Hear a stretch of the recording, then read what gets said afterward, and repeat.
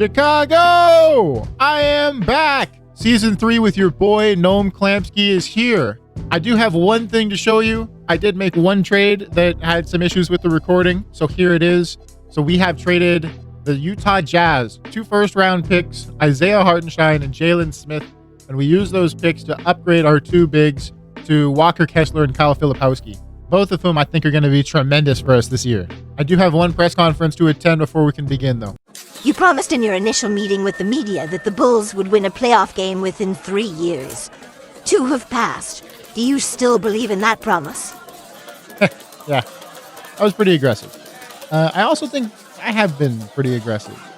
I still fully believe in that timeline. We upgraded the squad once again. AJ has a lot of experience behind him. He's looking fantastic.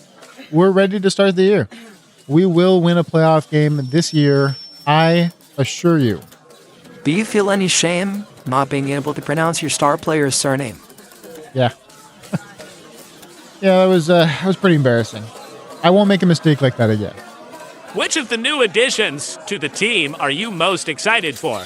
I think our upgraded bigs will give us a lot more options to control the game defensively. I also think the work Dybantsa has put in over the summer has transformed him into an entirely new player, and I can't wait to see how the year goes. If I sound a little bit different, it's because I've gotten a new mic since the last video. But anyways, let's get into the action here. We first have to do a little roster checkup, see how we are. So AJ Dybantsa, I'm going to get his name right this video. AJ Dybantsa has, I think he had 5 badges the last time we saw him, and he's up to 16 now.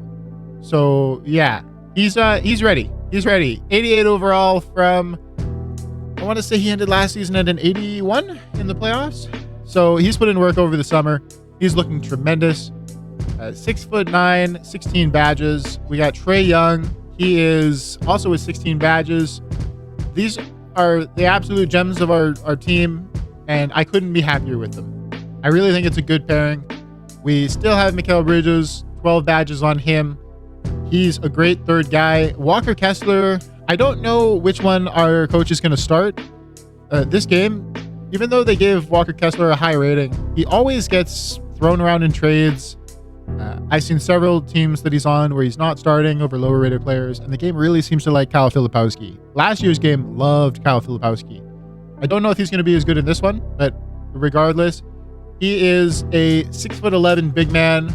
He can play a little bit on the perimeter. He can play a little bit in the post. Not a great defender, but he is passable at least. He's got a little bit of playmaking, again, passable at least. He can rebound, though, which our team desperately needed, and Walker Kessler is tremendous at it. But he's just a guy that does a little bit of everything. He's got a really strong midi. He can score a little bit. He's just a versatile guy, and at 6'11", that is exactly what we need. You can see he's got 1 year on his contract. That needs to be a priority, is getting him to commit long-term. We cannot afford to let this guy walk. We got John Collins as well. He's on a really reasonable contract for a starting power forward. Again, another guy that just has a bit of everything. He should help our rebounding. We acquired him last year, and he came in and put up 6 rebounds. Part of that is because his minutes were lower, but not as low as you would think. He only lost 2 minutes, and he lost 2 rebounds. That shouldn't be the case. Really, our team should have more rebounds up for grabs, and he should have been up, not down. But regardless, really talented player. He copped a bad name in Utah, and I think he's going to flourish with us. We've also added RJ Barrett, who is a nice little bench option for us. He is another guy that kind of has a rounded skill set. We can use his perimeter defense. We can use his little bit of shooting. We can use his ability to just score off the bench. And he's only 27. He's going to be a nice, reliable option for us. Noah Essengay has actually, after I talked so much shit about him in the beginning, has become like a nice little player. Again, there's nothing here that's all that bad. He gives us some perimeter defense. Not the best rebounder, but he's not that far behind Collins. He's probably going to be a nice little player for us. He's our backup power forward, and I think he fits in tremendously here. Yeah, the team is just stacking up nicely. We got Nickeil Alexander-Walker down here. So I think our bench is probably going to be either one of Kessler or Filipowski. Our 6th man is Anthony Simons. We've got RJ Barrett as a bench option, and Noah Essengay is a bench option, and Nickeil Alexander-Walker is a bench option. Like, that's a talented group. Kevin Huerter, Malik Beasley, Nick Richards are down here. Depth when we need it. Jeff Hilliard, I'm going to... Oh, can I not assign him to the G League? I might have to look if I can enable that, because I would like to assign him to the G League. I think that's his best chance at developing, is if I can get him down there, get him consistent game time, and hopefully he turns into something. I really like his archetype that they give him, shot erasing poster dunker. I don't have a ton of faith in this guy, but there is a player in there, and I would like to see him pan out for this team. We drafted him because we needed a center. Then I saw what his rating was, and I immediately traded for 2 centers that could do his job instead. But long term, I would still like to have him in the fold. Nick Richards is not going to be a long-term option for us. And if Hilliard can develop into something kind of like Noah has, then we can afford to get rid of one of these guys and bring in a cheaper option for somewhere else in the lineup. Just fill the holes as we need it. Nickeil's not going to be playing forever. Collins isn't going to be playing forever. Mikal Bridges isn't going to be playing forever. So these are good things to get squared away. But I really like the way this roster is shaped up. I think we have a tremendous opportunity here for the playoffs. For contract extensions, we have Kevin Huerter, who will re-sign. He's got 2 years left on his deal, though, and I don't know if I want him around longer than that. So I think I'm going to ignore that. And then Kyle Filipowski is just not decided yet. So we'll have to look at him later on in the season and see if he will take it. What else is there? Upcoming free agents: Luka, John Morant, Cooper Flag. Not so sure about any of these guys. This is how our salary cap breakdown looks. We have $300,000 in luxury tax room. So your Chicago Bulls are still committed to avoiding the luxury tax.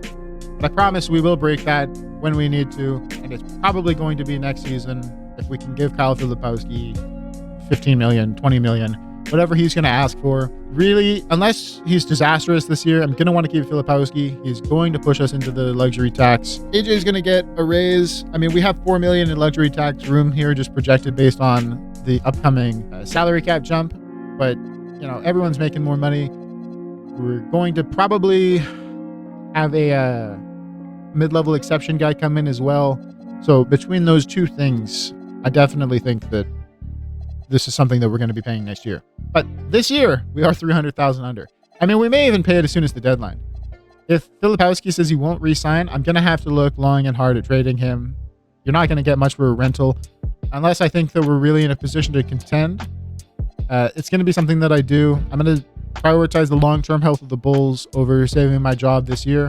I still think no matter what, we will win a playoff game. We will win a home playoff game if everything is up to me.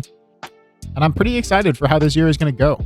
So this is how the coach is liking the lineup. I've just used the rebuild rotation here, and you can see Trae Young, Mikal Bridges, AJ Dybantsa, John Collins, Walker Kessler, Anthony Simons, Kyle Filipowski, RJ Barrett. I mean, it's a great lineup. He's using Nick Richards as depth. Don't know how much that's going to work out, but I am leaving it up to the coach. If it was me, I would run a 10-man rotation and then tighten it up to probably 8 in the playoffs, but I'm not the coach. I am the GM. So we're going to let that ride, but that is promising. I still don't like that this guy's planning people for under 30 minutes. There's no reason everyone on our team should be playing under 30 minutes, but that is the way that, what's our coach's name? Michael Stauffer. This is the way Michael Stauffer wants to run it, so we will let him have it. For player mentorship, we have AJ Dybantsa paired with Trae Young. We have Noah Essengay paired with Malik Beasley. We have Kyle Filipowski paired with Mikal Bridges. Walker Kessler is 26, so I'm not assigning him anyone. Hilliard got Walker Kessler. I think that's a really nice kind of matchup for the two of them. That's kind of the player that I want Hilliard to turn into. And then I think that is the end of the list because we have so few young players nowadays. The future draft picks are looking a little grim after we just traded 2. We've got a swap best with the Trailblazers and the Bucks. So we should get the best pick between those two. Next year, we've got the best between the Suns and the Mavericks. 2030, we actually don't have anything. We have a second, but who really cares? 2031, we have 2 picks. And then 2032, we have our own pick. But 2030 is going to be a dry draft for us. So that is going to be interesting to see how that all works out. Speaking of draft, how is the prospect scouting looking like? It doesn't look like anything special. The number one rated guy here is 22 years old and a C+ rating. Maybe as our scouts turn over more information about these guys. But this guy even has a weakness, which is a terrible sign for the guy that's projected to go number one. This guy is also looking like a number one option. He has no weaknesses, and he's a little bit better of a rating and a little bit younger.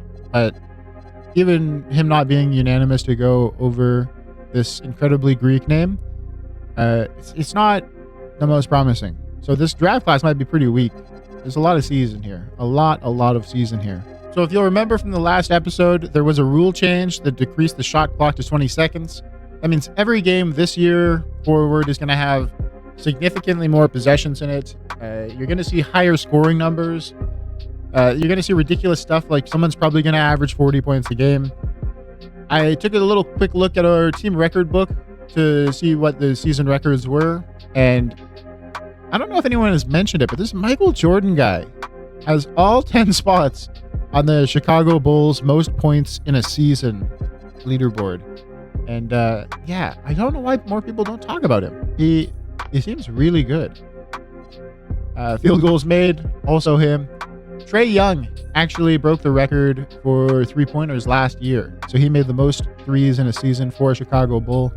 This won't be a record that stands very long. I guarantee that with this new decreased shot clock, someone's going to do that.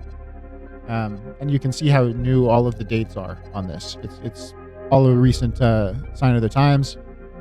Free throws made, we actually have a rare Jimmy Butler appearance and DeMar DeRozan. So Michael Jordan doesn't own that whole list. But yeah, you're going to see free throws made is a little bit more challenging with the shot clock, but you will still see more free throws made. And it's going to be really interesting how this book changes as we go on here. Same for rebounds, but Dennis Rodman's going to be a hard number to crack for anyone, even with the advantage of the shot clock. But yeah, we're going to see this little voice crack there. Yeah, we're going to see this record book is going to start getting pushed, I think. Especially as we get some real talent into the team, it's going to start getting pushed. Okay, so after a bit of a yap, we are ready to start simulating, and I will check in. I'm going to simulate game by game now because the games mean a little bit more. And if there's ever anything interesting, I will stop by and check in. All right, game one is a rematch against the Charlotte Hornets, who beat us in the play-in last year. They took Cam Boozer, I believe, one pick after we took our man AJ Dybantsa. They had a strong game from LaMelo Ball here with 47 points on 16 of 28 shooting, but he was no match for the power of the Chicago Bulls, who win by 8 points. A pretty solid win, all things considering. It looks like we went into the half at a bit of a disadvantage and then had a strong second half. Is that Mitchell Robinson with 16 rebounds? It is. Jeez, man. Chill, bro.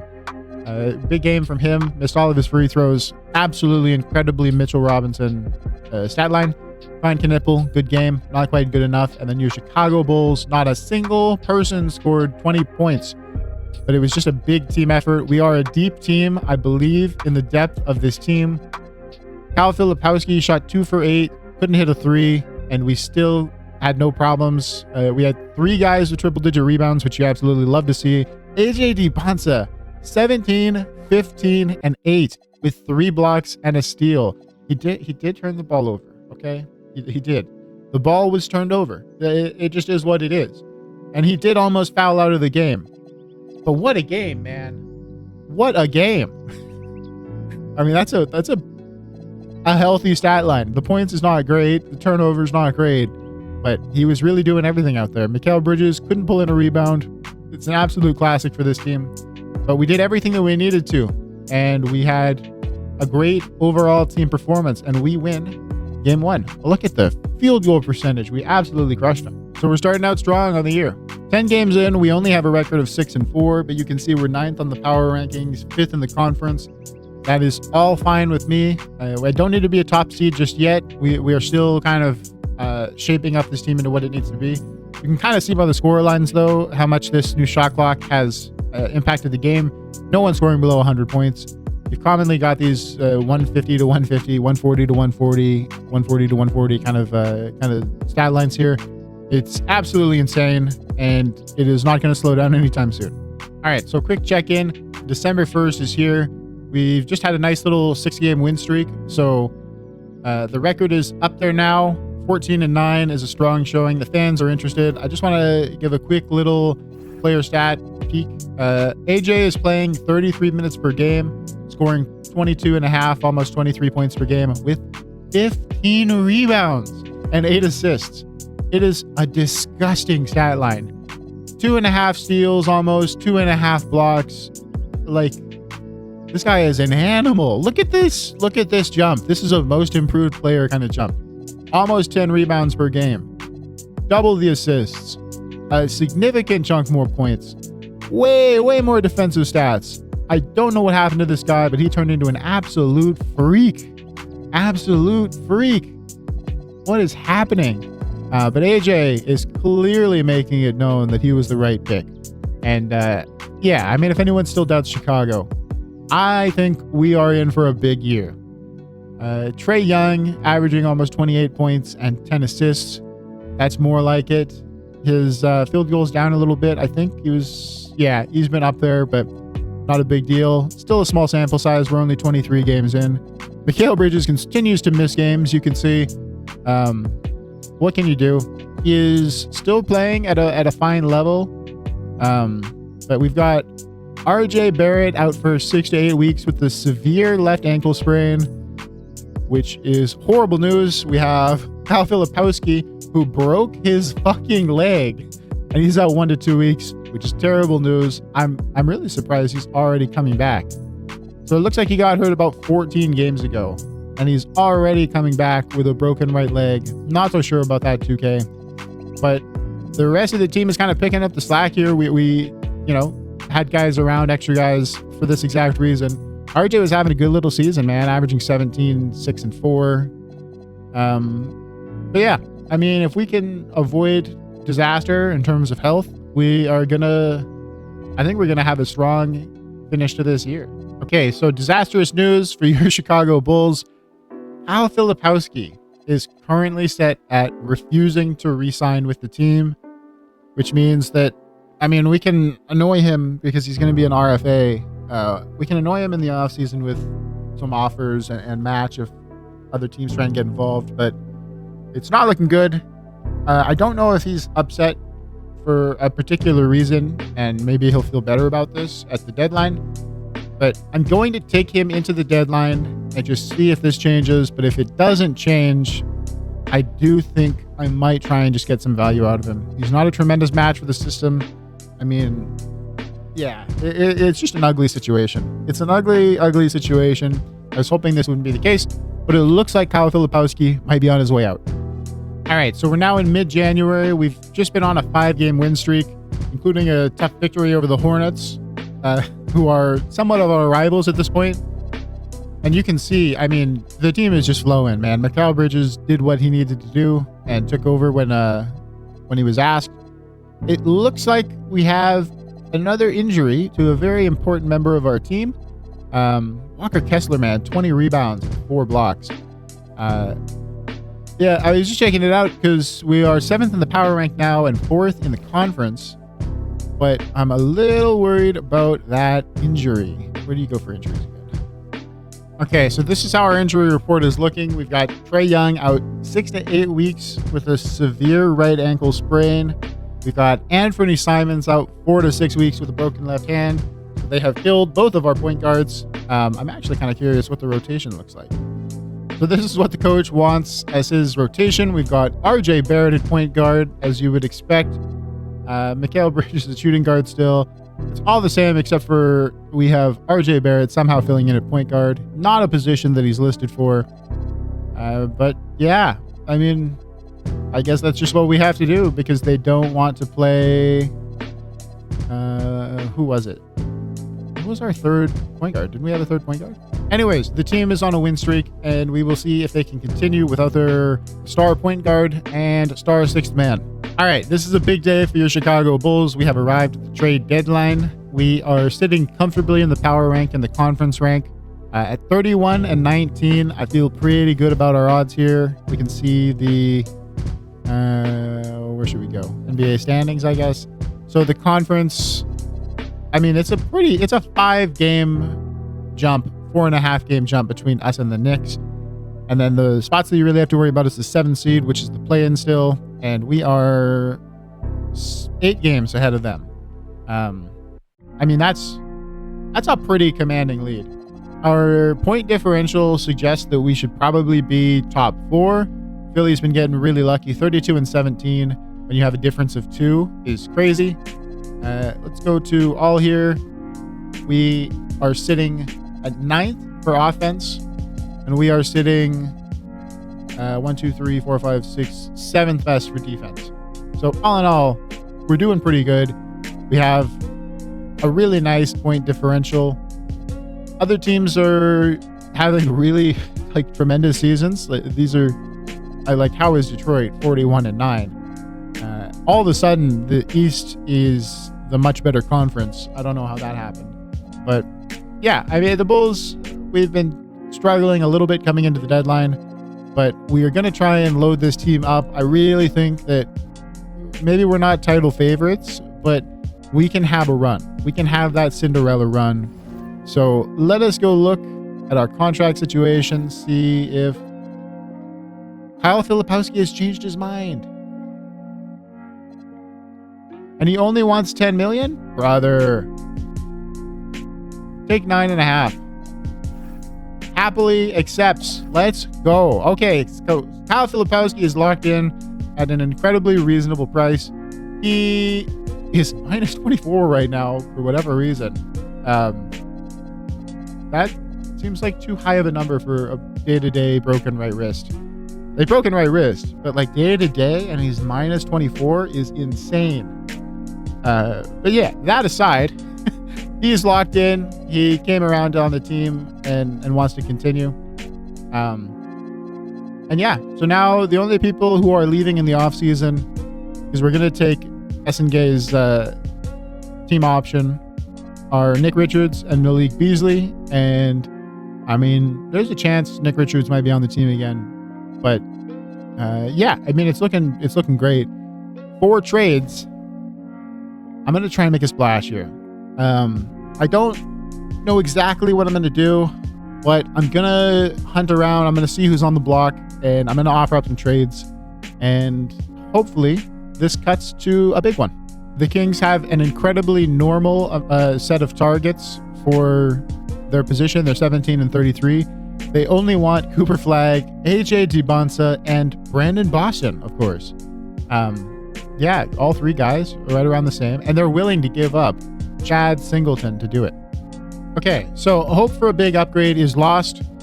What this is going to do is this is going to give us a little bit more depth. Kevin Huerter and a 2nd round pick for Bryce Sensabaugh, who is on the trade list for Phoenix. They're trying to get rid of this guy. He's going to be able to come in and provide us some decently efficient bench scoring. However much he plays, I don't really know. He's not much of a defender, but he is a bucket. He, in real life, is very fragile. He's had a lot of injury history, so I'm hoping it's not too bad. Let's see what the game has him at. Yeah, his knees are red. So, he's gonna cop some injuries for us, but I still believe in him as a piece. He doesn't need to be a big piece for us. What did I want to see? I wanted to see his contract. So he's got 3 years at a reasonably low sum. I think this is going to be no problem. We can absorb him right now because of a trade exception. It's going to take us into the tax, but I think he's going to be a fine piece for us. We lose another OG of the team here. Kevin Huerter was one of the very few remaining pieces of the team left, but I like this trade. We get younger. We get Bryce Sensabaugh. It's not the upgrade I was hoping for, but it is something. Y'all might not know this, but back in the day, I used to be kind of nasty with it. I used to be kind of nice.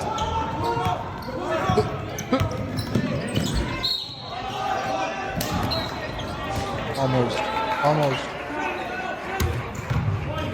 AJ Noam Chomsky, the governor is looking for you. All right, and with that splash, we begin the last half of the season with a very injured roster.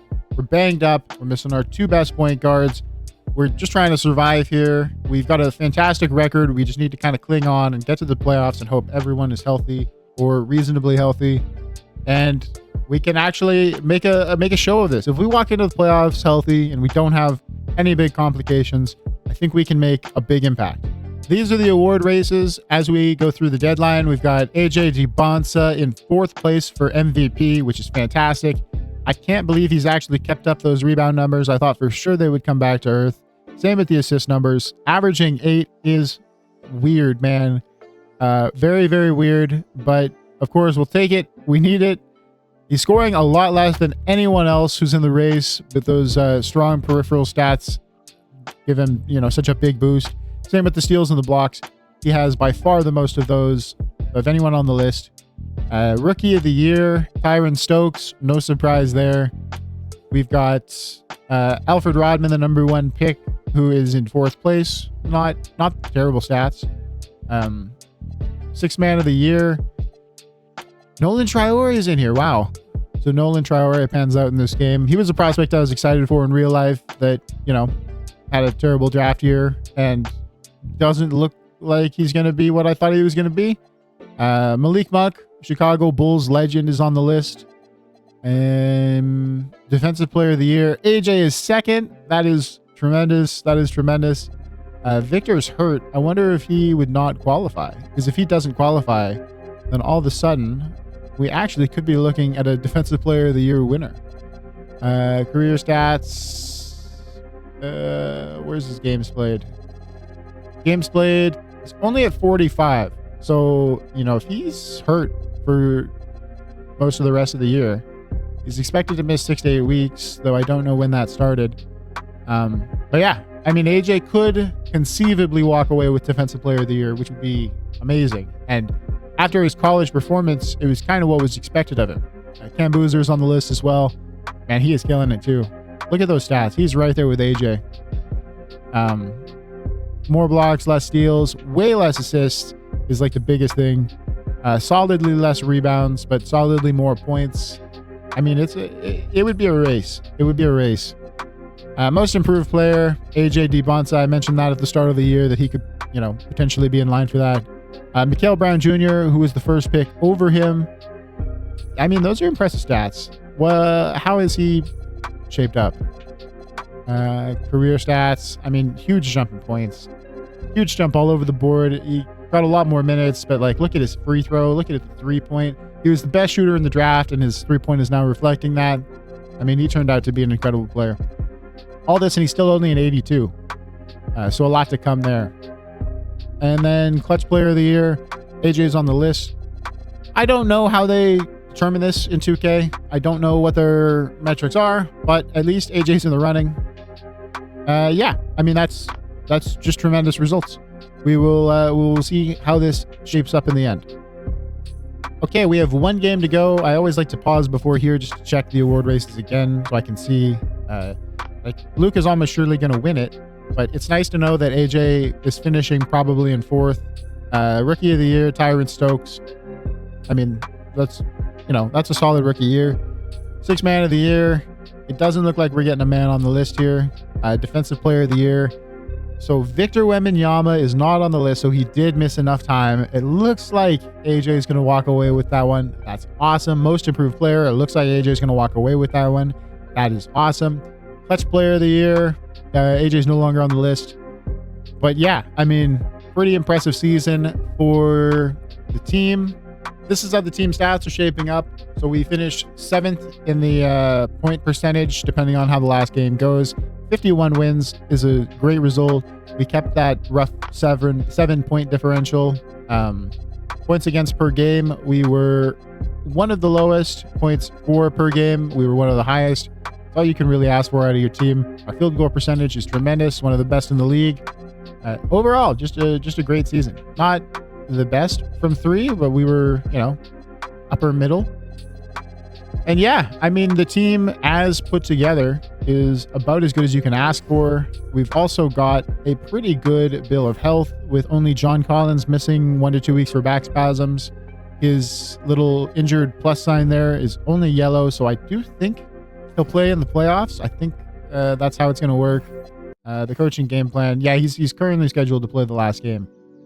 I wish I could tell the coach. I mean, I can tell the coach, but I'm pretending I'm the GM here. I wish I could tell the coach, hey, maybe just leave John out for this last game. Let's get him, healthy for the playoffs. Don't need him to tweak anything before the last game.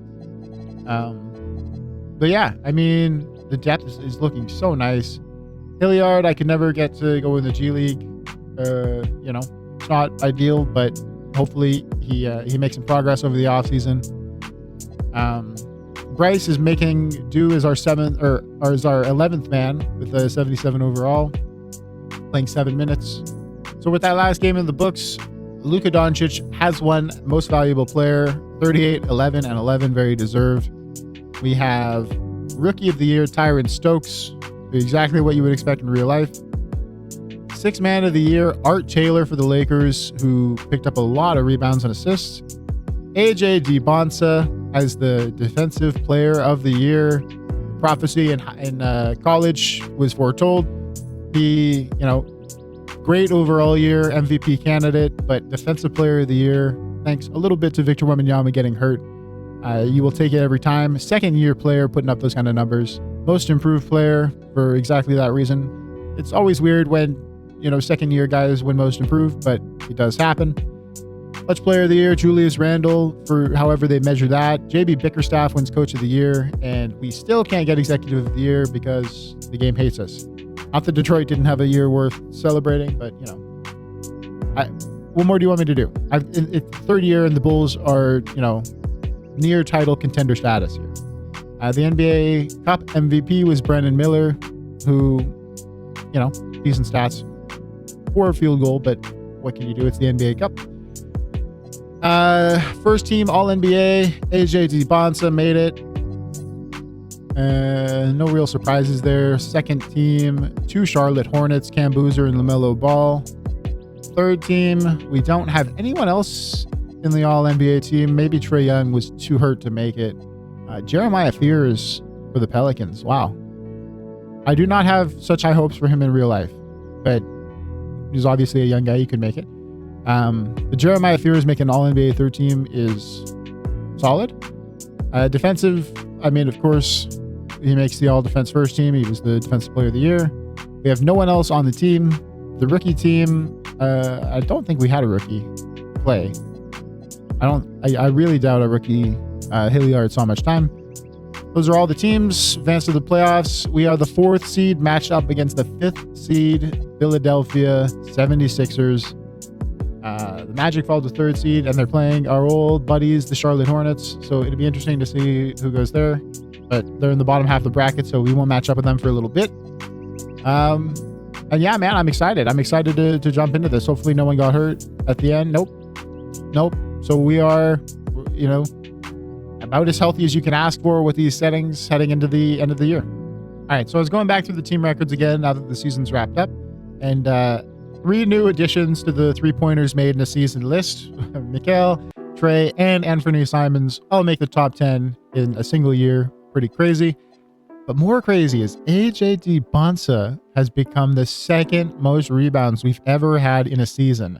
That is crazy. He's not even that far off Dennis Rodman's best year in a Chicago Bulls uniform. Like, absolutely absurd. We've got 2 people that made the assist board, and AJ is one of them. How is AJ the 6th most assists a Chicago Bull has ever had in a year? Like, nuts stuff. AJ's had more assists this year than Trae had last year. Like, it's hard to put this stuff into perspective. This is a scoring 4 or a scoring 3/4. Like, he should not be having this many assists. We have the 4th most blocks.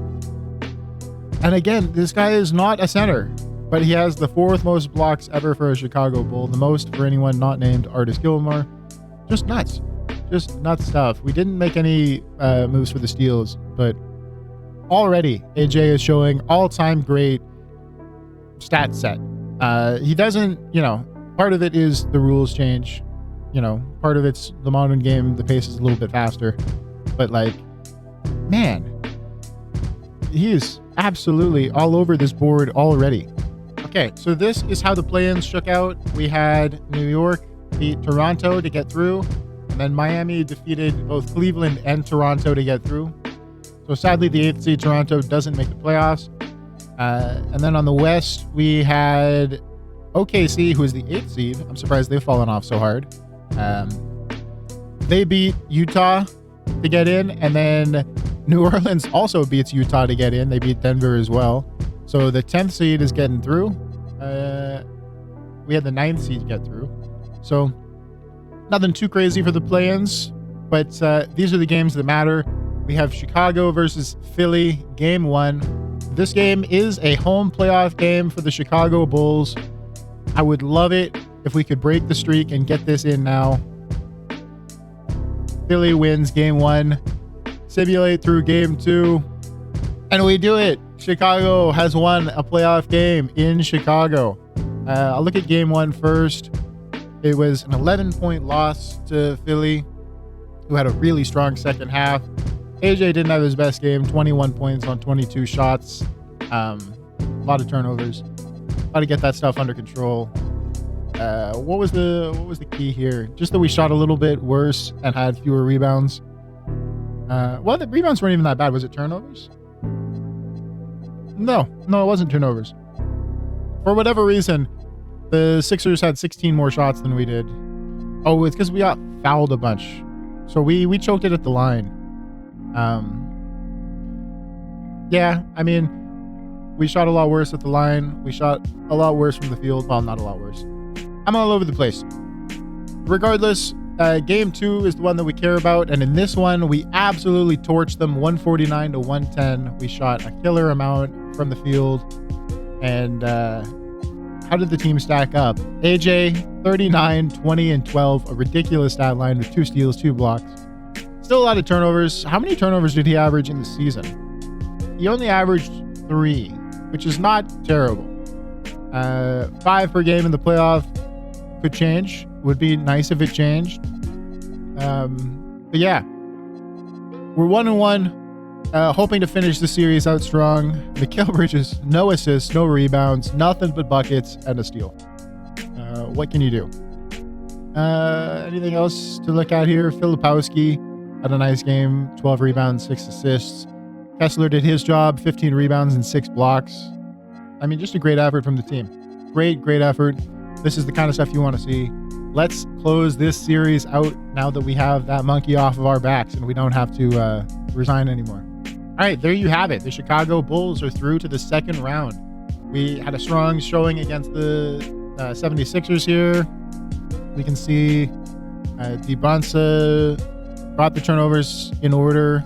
He's kept up his insane pickup of play here, averaging 27, 16, and 10 with 2.5 steals and nearly 2.5 blocks. Absolutely killing it. I wish he was a little bit better from deep in the modern game, but what can you do? He, absolutely has led us to glory here. How are we doing health-wise? Injury report is clean as a whistle. We're against the first-seeded Detroit Pistons. That's going to make it tough on us. They are the best team in the league, but I still think we could squeak by them. This is probably going to be the hardest game that we play, or the hardest games, I should say. Charlotte got knocked out, so we could have a rematch against Orlando in the next round should we get through, but even getting this far is a victory. You got to keep in mind, our best player is still only in his second year. So, I mean, technically, it's still Trae Young, but we all know who the leader of the team is. All right, here we go. I am just going to hit simulate round, and we will see if we can conquer this kind of ultimate test here. Oh my God. We've only gone and done it. We've actually only gone and done it here. So we beat Malik Monk, who spent a year with us right when I took over the team. I mean, game 1, we did really, really well. They scored 43 in the fourth to nearly come back, but we were just too much for them. The next game, we scored almost 170 points. So we were up 2-0. Cade Cunningham, 52, 14, and 10. Just a ridiculous stat line. Trae Young, 42 and 14. Actually, what was the game one? Game one, we cleared them without anyone going crazy. I mean, obviously AJ's stats look really, really solid, but that's, kind of a slow game for him almost. Game two, I mean, Trae Young, just ridiculous. Game three, so they win. We had Anthony Simons was peaking, but sadly we didn't have a lot of contributions. Walker Kessler, when you're big, is shooting 1 for 8. It's a tough scene. AJ only got 10 shots. It's not what you want. Yeah, just not our best. We're not at our best. Game 4, we take a 3-1 series lead. Trae Young, 32 and 13. The Pistons, Cade Cunningham, man, just ridiculous. What were his recent games? I mean, look at that. 38 was the lowest he scored in a game. He peaked as high as 52 with a triple-double. Just a nasty series by him, but he just wasn't able to do it. They have Hansen Young. I didn't know. He didn't play game 1, but for whatever reason, they started starting him in the last 2 games. Maybe they had an injury, but a 21-point triple-double. Impressive.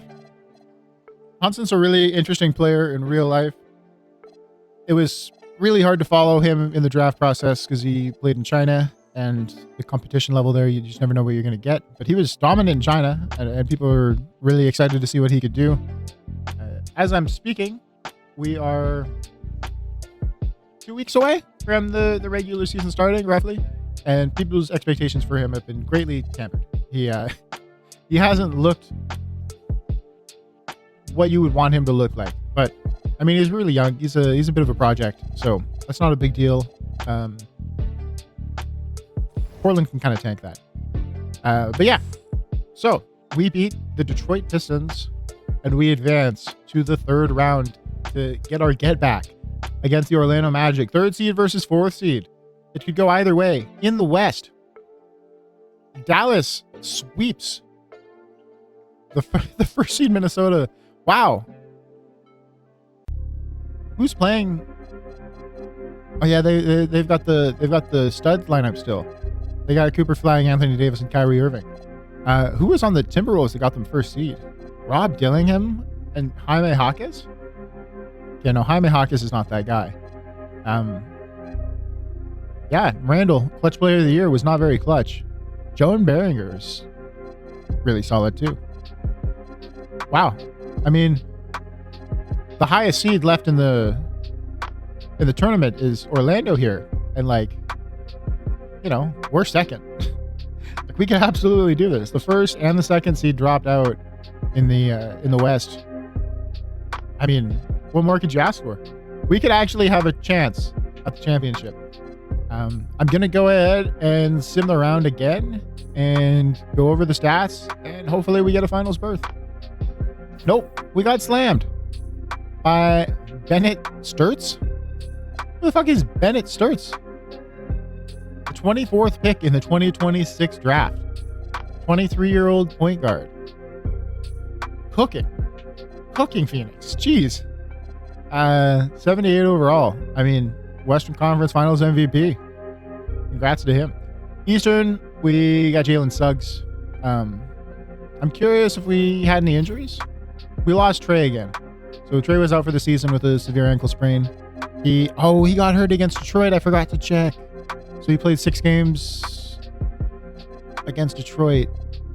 So he got hurt in the final game of the Detroit matchup and then missed all of Orlando. What is with Trae Young getting hurt right before facing Orlando?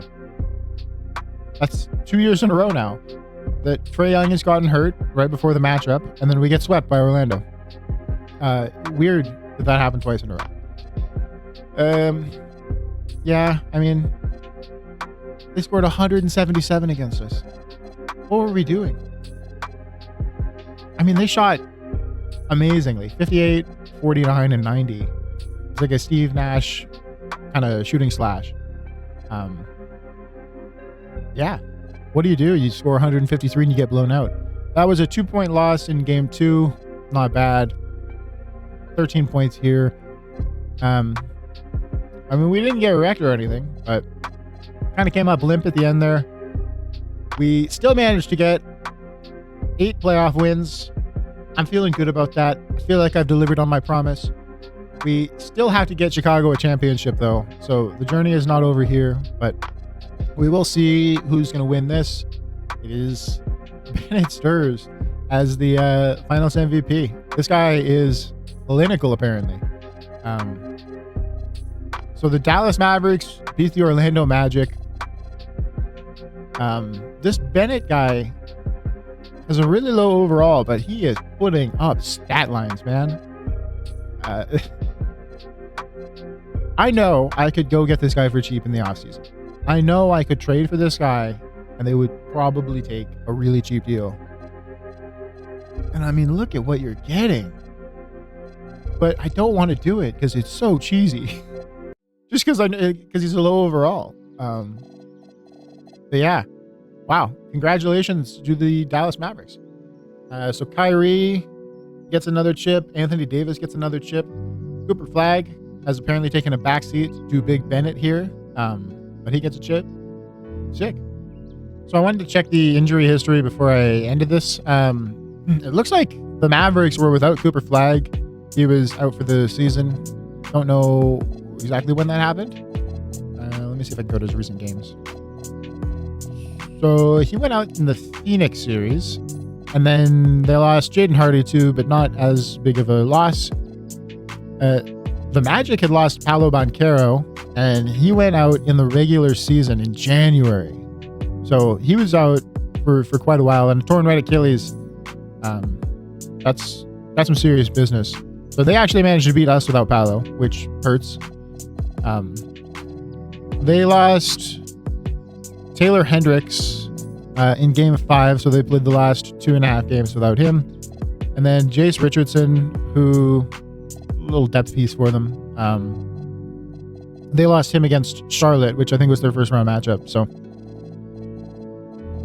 I mean, it's not like these teams were not dealing with injuries. They were just built different.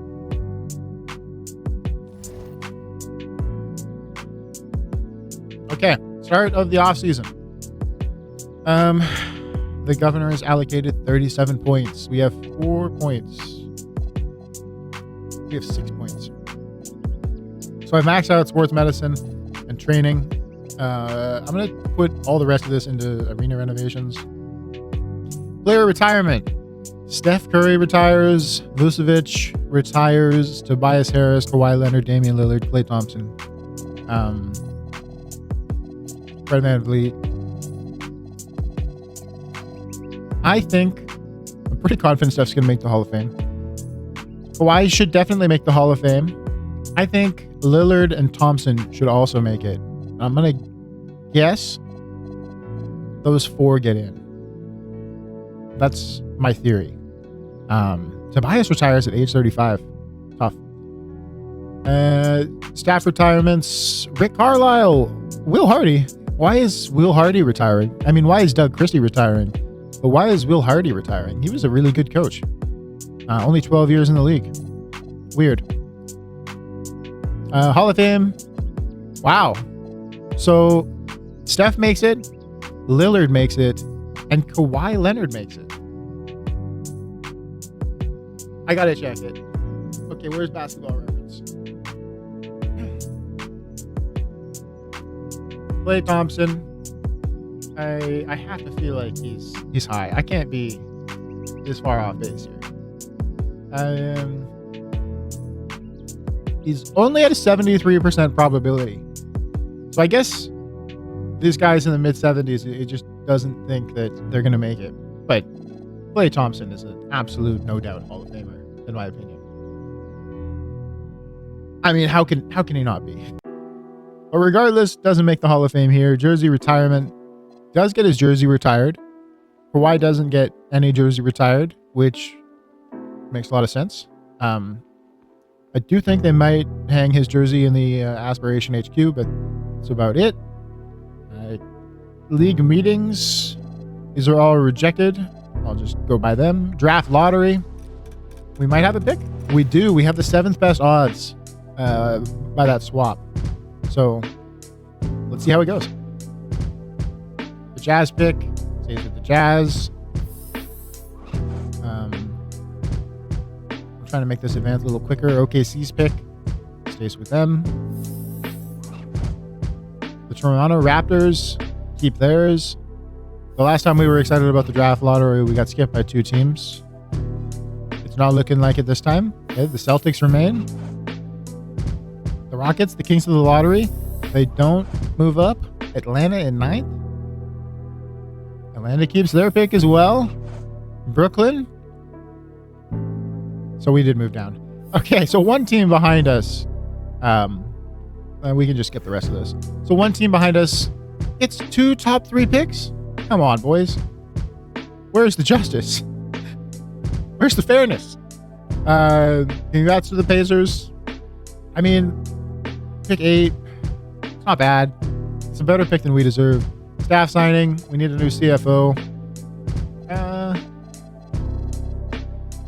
So we got a 5-star guy here with 2 badges. This guy's got a Hall of Fame badge.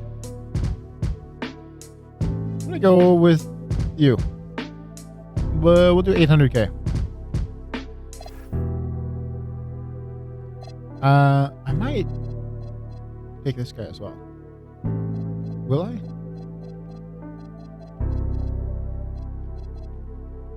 I'm going to offer Hamilton a deal as well. He's significantly cheaper. I will prefer Rose if he accepts it. So Rose rejects it, and Hamilton signs. All right.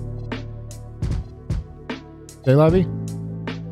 Okay, so that business is all done.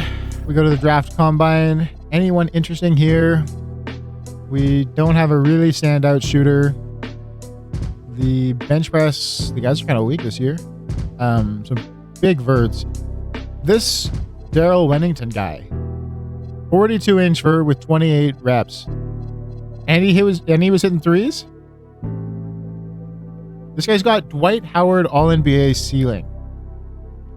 I mean, he's only 6'8", but with that vert and that strength, he doesn't really have weaknesses. He's 20 years old. This might be our guy. This might be our guy.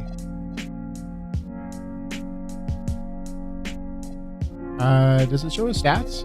No. Okay. I mean, Daryl Wennington. I'm going to have to keep that name in the memory bank. Even his sprint. Let's see the positions. So he was by far the quickest of the centers. They had the fastest lane, by far the highest vert. He had the best bench of anyone in the class. The jump shot, elite. The moving jump shot didn't do quite as well as the other guys, but I would still say that's competitive. The college 3-pointer was the worst. Why is everyone here such a good shooter? What the hell? All of these centers are hitting moving 15-foot jump shots. Not so sure about that one. But, you know, like across the board, these are all fine shooting numbers. And that athleticism, man. So Daryl's going to be one to watch, I think. Anyone else? This guy had a really vert vert, and he's very quick. This guy's a good shooter in addition to some decent athletics. I don't know. I really think it's just that center. I think Daryl is maybe our target. Maybe we trade back and get him. The night of the draft, the prospect scouting looks basically identical to what it did before. This Pandasis Papadopoulos, he's going to be the first ranked guy. This younger, better player is going to be also the first ranked guy, but projected to go second. There's no one that's really tall. I mean, some of these, like this guy could be interesting, but he's already 22. this guy could be interesting. I'm a little torn on what to do with my pick. Maybe I wait until we get there and see what offers I get for it, because I could trade back. So I think I'm going to do what I talked about. I think I'm going to trade back. The Knicks are willing to give me the Warriors pick next year. That's top 5 protected. And pick 20 this year. So a first for moving back 12 spots feels about right. And I'm going to do it. I'm going to hope that center is still available to me. So Daryl is still on the board. He's projected to go 45. He came up quick on the list. I guess his current overall is kind of in line with everyone else. But yeah, I'm just really interested in this guy. He's also got a massive wingspan. I really think he could be something special. So we are going to take Daryl Wennington, and I might have to look at getting rid of the guy that we picked last year, Hilliard, and make Daryl my kind of project third center kind of guy, because he's 4 years younger at this point. So this is how the draft ends up going. The Pacers take the guy that looked like he should be the clear number 1, and the 19-year-old. He's 79 overall, 4 badges. The incredibly Greek guy is 23 and only has 2 badges. The Nets also get Monty White, who it won't tell me what position he was due for, but I mean, they're walking out of it with 2 decent players. But yeah, this is a rough class. The 9th overall pick is a 69 overall, so you know, it's a weak class. But this top guy looks like he should be good. 3-point creating combo guard.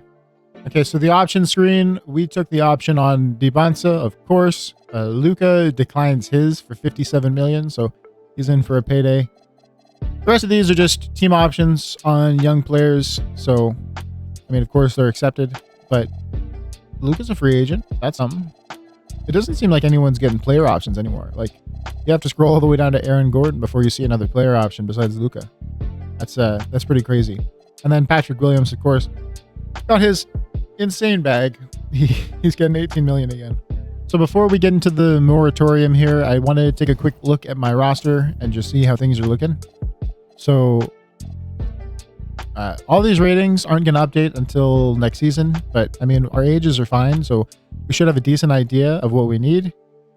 The point guard situation, I would like a third point guard. We were without a point guard, and we were playing RJ Barrett there last year. It's not ideal.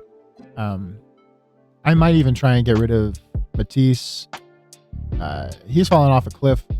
Don't know what happened, but he's no longer playable. He still has the badges, but I don't even think it's worth keeping around anymore.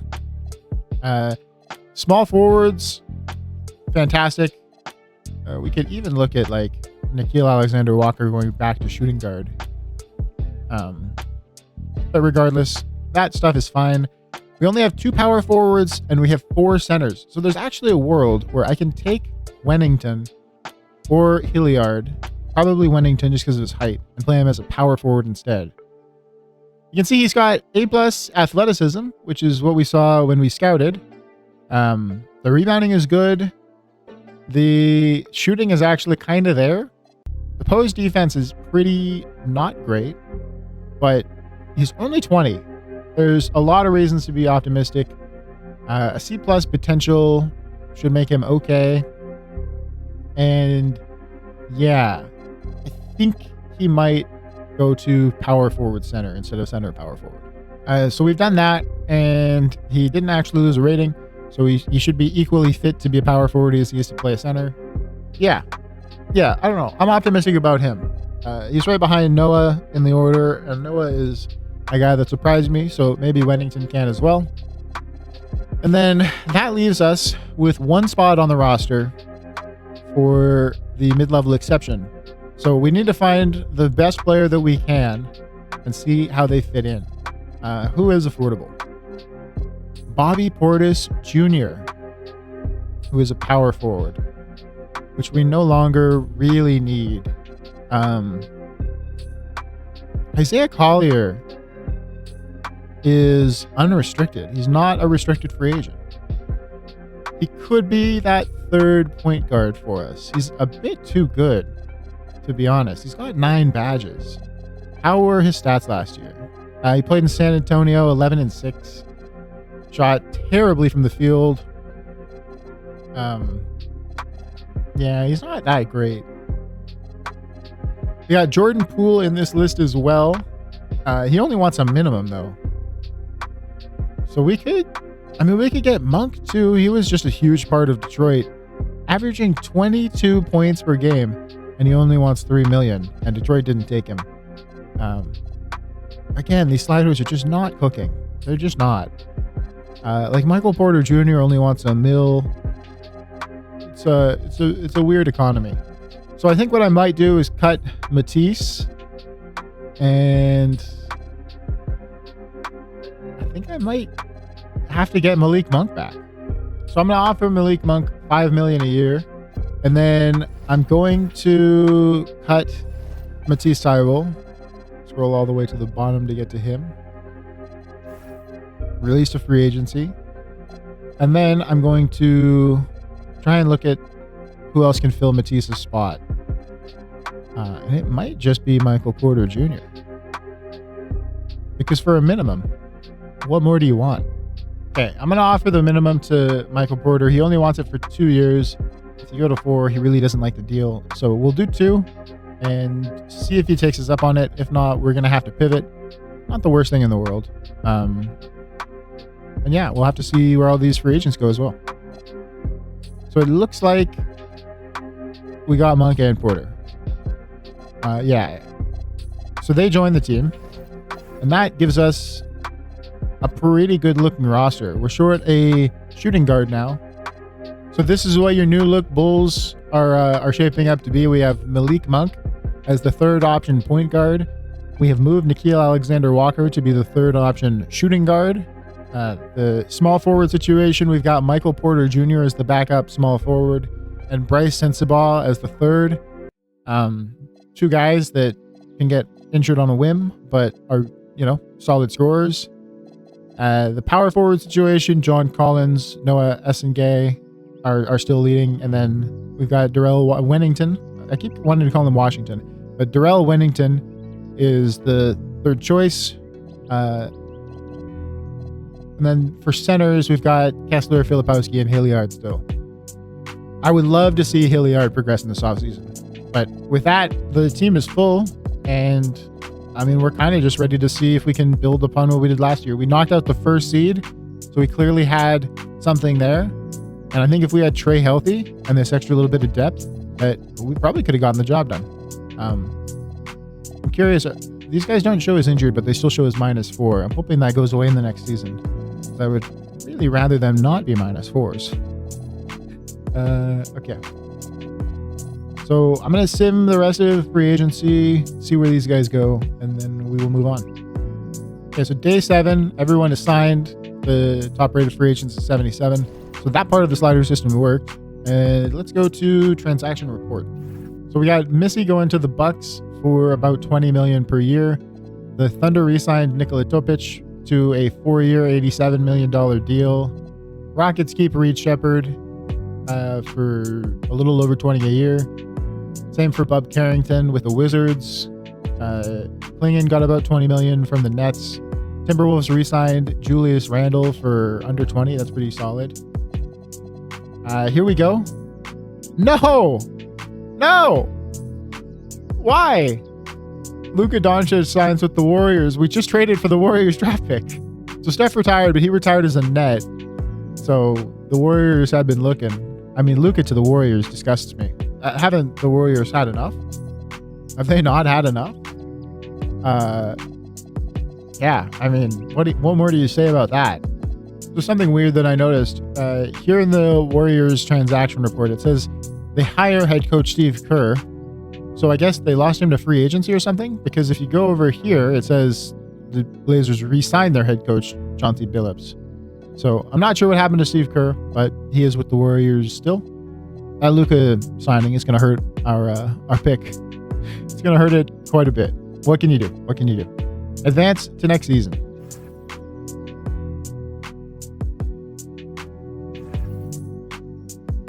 All right, we are back for another round of GM. If I sound a little different again, I'm still in search of the perfect audio settings, so trying out some new stuff today. But year 4. So I don't know how long this will go. I'm going to kind of play out the GM until I feel like it's done. That could be a really long time. That could be a really short time. Maybe things go incredibly poorly and I get fired. I'm not too sure. But for right now, it is our 4th season. We've made progress every year. First year, we kind of got ourselves a little lower, which I think the Bulls need. And then we established our future, and then now we've soared higher. So we had a decent playoff performance. Trae Young continues to get hurt in the playoffs. The direction of the team, I feel good about this roster right now. So this is how the roster looks like going into the new year, new season. It's not quite new year yet. AJ Dybantsa, 92 overall, 23 badges now, genuine superstar in the league. 21 years old. I believe year 3 is when you can start feeling good about a guy like really contributing. So I'm extremely comfortable with AJ as my best player. Trae Young kicking along at 89. I could look at swapping him out just because our last 2 playoff exits are a little bit because of him getting injured, and he's now 30. But he really likes it here. He's very loyal, so it would feel bad to get rid of him. As we go on, I'm going to start trying to do these years a little bit faster, but I do still want to keep the kind of general storytelling of the GM mode. Like, this is how I like playing. I like looking at the stats. I like looking at how things develop. I like kind of like the mode gives you narratives. But right now we got 2 years left on Trae, and I would like to keep him. I'm not super against it though if Trae has to move. I don't necessarily want to get someone super young, but I mean, you're looking at our second and third best players and they're in their 30s and the clock is ticking and AJ's still got a lot of time left on his, so it might make some sense to get a second guy that's a little bit younger. Noah Essengay, 81 overall. This guy has completely surprised me. He's 21 years old and he's got 6 badges. Like, he's just a genuinely good player. Tremendous perimeter defense on him. It's a little bit of a shame for a power forward. I guess in the modern day, it's not as useless, but I mean, he's way more of a small forward, but he's got power forward height. I don't know. Interesting player. He struggles to shoot. It's not the best, but he's just an overall good player. Anthony Simons. I mean, he's just too good for his money. Like, he played really well for us last year. I really like having him as our 6th man. A 20 per is really good. I feel like the NBA games per is more relevant than in real life. I feel like this game operates a lot off of this rating. Man, he had 34 uses last year with 7 wins added. This guy was bossing for us. Okay, I wasn't familiar with your game. But yeah, we're good with him. Walker Kessler has fallen a rating. I'm not really in love with Walker. He's got 1 year left on his deal. We'll have to see if he'll re-up. But the team is in a good spot. We got Hilliard. Hopefully he can make some progress. We've got Wennington. He wouldn't have moved at all since the draft, but the next off season is going to be big for him. See how he gets along. I can see him rising to a 76, 77 during the year, and then maybe popping up to an 80 or an 81 next year. It could be really interesting depending on how much game time he gets. I mean, one of these guys gets hurt and he's right in the rotation. So yeah, it's an interesting time for the Chicago Bulls. We still have a tremendous team. We've added Michael Porter Jr. I'm going to start the year with this team. I don't think I'm going to look for a trade before the season starts, and we'll evaluate things as we go along. Maybe one of these guys falls off and we need to make some moves, but for right now, I still feel good about this team. I still think this team can do it all. I mean, we would have had a real shot at it if Trae was healthy. We've upgraded since then. I feel like this team is better than last year's team, and that's all you can really ask for. So let's go into contract extensions. So John Collins and Walker Kessler are currently refusing to re-sign. That's not good. What's with these Utah guys? Why don't they like us? Collins wasn't in Utah when we got him, but Walker was, and Filipowski last year said that he wasn't going to re-sign with us. These are the only guys I've seen not want to re-sign, and they are all big men from last year's Utah Jazz team in real life, not on the game. Trae will re-sign. This contract takes him to 32. I could take him to 35, and the money is reasonable. Will you take 30? Trae took 30. That's a gigantic pay cut. Again, I'm gonna take more advantage of stuff as the general universe goes on. In this, Trae Young is getting hurt a lot. It kind of makes sense for him to lock up some guaranteed money. Maybe the discount is a little bit big, but it's not outrageous or anything. Mikal Bridges, I believe he took a cheap contract with us, right? I want to say I re-signed him. Yeah, okay. So his money will come down greatly next year. Trae's will come down in 2 years. How is our cap table looking like? So this is our cap table. We've got Walker Kessler's money coming off the books next year, and we will have some cap space, $35 million to work with. AJ will still be under contract. That's not a big deal. John Collins, we got to figure out what we're going to do with these two guys. And yeah, I mean, Noah needs a new deal. He's going to be more expensive. But we're not too bad. We're in a really good cap situation generally, I think. Matisse Tybals, did I have him on a long deal? I mean, I don't mind having a minimum contract as dead cap, but I thought I only had him under contract for 1 more year, but it's penalizing me for 5. So that was a little bit of a mistake by me. But again, not massive. Yeah, we'll do the same thing that we did with Filipowski, where I just kind of see where these guys' heads are at later on in the year. And I mean, if it's going poorly, I can send them out, or I can maybe afford to wait until the deadline and just see what the kind of general vibe is. All right, I'm going to set this as the mentor for Darrell Wennington. John Collins, he fits decently well with what I would like Wennington to kind of fit into. He's got gold to rise up, and a lot of these badges are nearly at bronze level for Darrell. So I think this is a good partnership. And then I also wanted to look, so I noticed when I was looking through these guys, Hilliard actually has 6 total badges.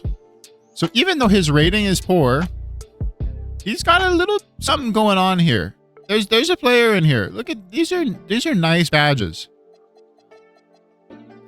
Again, I don't know. I believe they do factor into the overall. So his stats are probably even low for a 70. But having good badges really, really helps. So I would like to see what he looks like. I mean, he's already progressed 3 ratings. Hopefully he's got a little bit more in him. But Hilliard is still an interesting prospect to me, man. This is what our rotation looks like with our new additions. We still have the same kind of starting group that you would expect. Anthony Simons still the 6th man. Noah has ascended to the 7th. We still got Barrett and Filipowski in there. Monk has worked his way into the rotation. So is Michael Porter Jr. Nikhil and Bryce are both out of it, which, I mean, makes some sense. They're about in line with the bottom of the rotation, but I'm sure they will see game time this year just because we have increased injuries on the sliders a little bit. But the team is looking good, man. The team is looking good. I think that is all I need to check. I guess I can check prospect scouting. This guy's pretty good. 2K doesn't think he's going first. They think this guy's going first. But this guy is interesting, man. 7'1". He doesn't have a positive wingspan, which is not good. But he's 19 years old and he's already a B. I mean, a lot of this stuff is really promising. I would like to see what this guy looks like at the end of the year. Because he looks like a phenomenal prospect. Already having a B at 19 is strong. And then this guy, I swear that name is familiar to me, but this is a generated player. Anyways, Sporting News thinks he's going 18th. And 2K has him ranked 1. So that's really interesting to me. Yeah, we'll see how this draft class progresses, but this looks stronger than before, for sure. Any crazy tall guys are crazy? No true outliers. Yeah, we'll check in on that. And then same as before, I'm going to go kind of game by game and give you guys some updates. So we start the year off with a loss to the Toronto Raptors.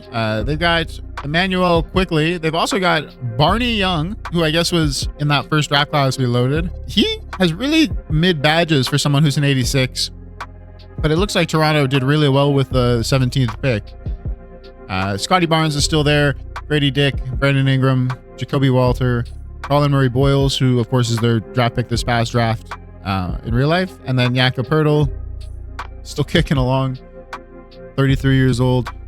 They must have his contract. Yeah. So he's getting $29 million this year, which for a 76 is an absolute albatross. They've also got Rudy Gobert. We could have picked him up. But yeah, tough loss to start the year. It just looks like a close game that kind of got away from us. Took that first quarter a little too passive and never were able to get it back. And they just kind of beat us across the board, edged us out in shooting, edged us out in percentage, edged us out in, well, not even edged out. They just crushed us on threes, and that would have been what mostly decided the game. I mean, we get 24 free throws. Or we made 24. We got 30. Yeah, I mean, just a hard-fought loss. AJ Dybantsa back on his bullshit, 36, 16, and 8, getting some defensive stats, good shooting. I'm really, really optimistic that this guy could win the MVP this year. I'm pretty confident at some point he will be the MVP of the league. So I want to check back in here. We are at 6-6 right now, and I'm a little worried that the team is off to such a slow start. We're losing games at a frequency higher than what I would like. This game we let in 181. Cade dropped 72 and 14. What the fuck is that? My God, man. Hanson Young torched us as well, but like, Cade, bro, chill. They never scored less than 40 and a quarter. Outrageous. Outrageous. Anthony Simons, 41. Yeah, Cade scored more than our, like, 41-point performance from Simons and Dybantsa together. Or, yeah, Dybantsa. I have Dybantsa so locked into my brain from misreading his name one time at the start. It just won't get out of my mind. But I know it's Dybantsa. I know it's Dybantsa. What else? Anything else in here? No, they, like, look at that. They just thrown at us, man. Just absolutely killed us. Everything. I mean, we beat them in bench points, but that was probably because we were playing the reserves really early. Yeah. Just an awful start for the Chicago Bulls season so far. We gotta look at something. Let's look at our player stats and just see where it's all going wrong. Are we giving minutes to someone we shouldn't be? Trae Young is not having the best year. Where's his stats? So his points are about where you'd expect. The assists are a little up there. Turnovers per game. Oh, I was looking at the wrong category. I was looking at, why is he fouling so much? Does Trae Young foul that much? Why is he fouling so much? This is a below 2 foul per game guy. And then this year he's at 4. So I wonder how many games he's fouling out of. I can actually check that. Recent games, fouls. So he fouled out of 1. And he's just kind of been in foul trouble in a lot. But it's not limiting his minutes too bad. The game he fouled out of is the only one that's really cost him. This is not the stuff you want to see, though. He's also not shooting as good as he can. I don't think he's the culprit for why we're losing games, though. I mean, his shooting is well down. Well down. So what is costing us games here? What do we need to address? Walker Kessler is losing his minutes. That's not good. Nickeil Alexander-Walker is getting crushed. We got Filipowski with a torn right hamstring. RJ Barrett with a broken right hand. These are all not good. Dybantsa is still playing good defense. Kessler's getting a bunch of blocks too. So filtering by game score here, look, this is maybe the start of the culprit kind of scenario. We have Mikal Bridges, who is our third star and is getting 24.5 usage, which is more than I would like from him. He's only got a 10 per. Walker Kessler has the same game score and only has like a 12. You can see for the estimated wins added, these guys are just not contributing. I mean, John Collins is in the negatives with a 9 per. A bunch of our guys are just off to completely flat starts. I actually wonder if we might trade Mikal, because this is just not working. I mean, his stats aren't super low. His 3-point shot is not falling right now, but his free throw is. I'm trying to see what he's doing so wrong, and I'm guessing it's probably just defense, but he was even low last year. Maybe Mikal Bridges is not built for 2K Sim, because it's injuring him a lot. All right, Chicago. I'm not calling it a panic trade. I don't think it's a panic trade, but I am going to make a change to the team. I don't like to. I really hate to do it, but at a 6-6 start with guys underperforming, the team underperforming, I really just want to make a move here. So Atlanta is offering Dyson Daniels in exchange for Mikal Bridges with his nice new extension and a first and a second. But the second I'm just disregarding. But the first, I'm not particularly worried about, just because we have AJ and I'm not concerned about our future. This gets us 7 years younger, and Dyson is just special. 3 steals per game, 8 assists, 8 rebounds. 8 rebounds is going to be key for us because we've needed a little bit of rebounding. Now, granted, the shooting is not there, and Trae is going to be upset that one of his passing options is gone. And his per is not even good, but I just think we need it. Like, if you go to his badges, he's got Hall of Fame defensive badges. He's going to be a great trainer for our guys. I just think he's special. And for a third guy, I really think he can work. I mean, look at that league leader, Cade Cunningham, against us. Just pathetic. We need a defender. We need to ramp that stuff up. And I think Dyson is the man for the job. So I'm going to make this move. It costs us a first. It's not the end of the world. I believe we had an extra pick in 2031 anyways. And Mikal Bridges' chapter in Chicago closes, which is a little bit sad, but I believe in this as an upgrade.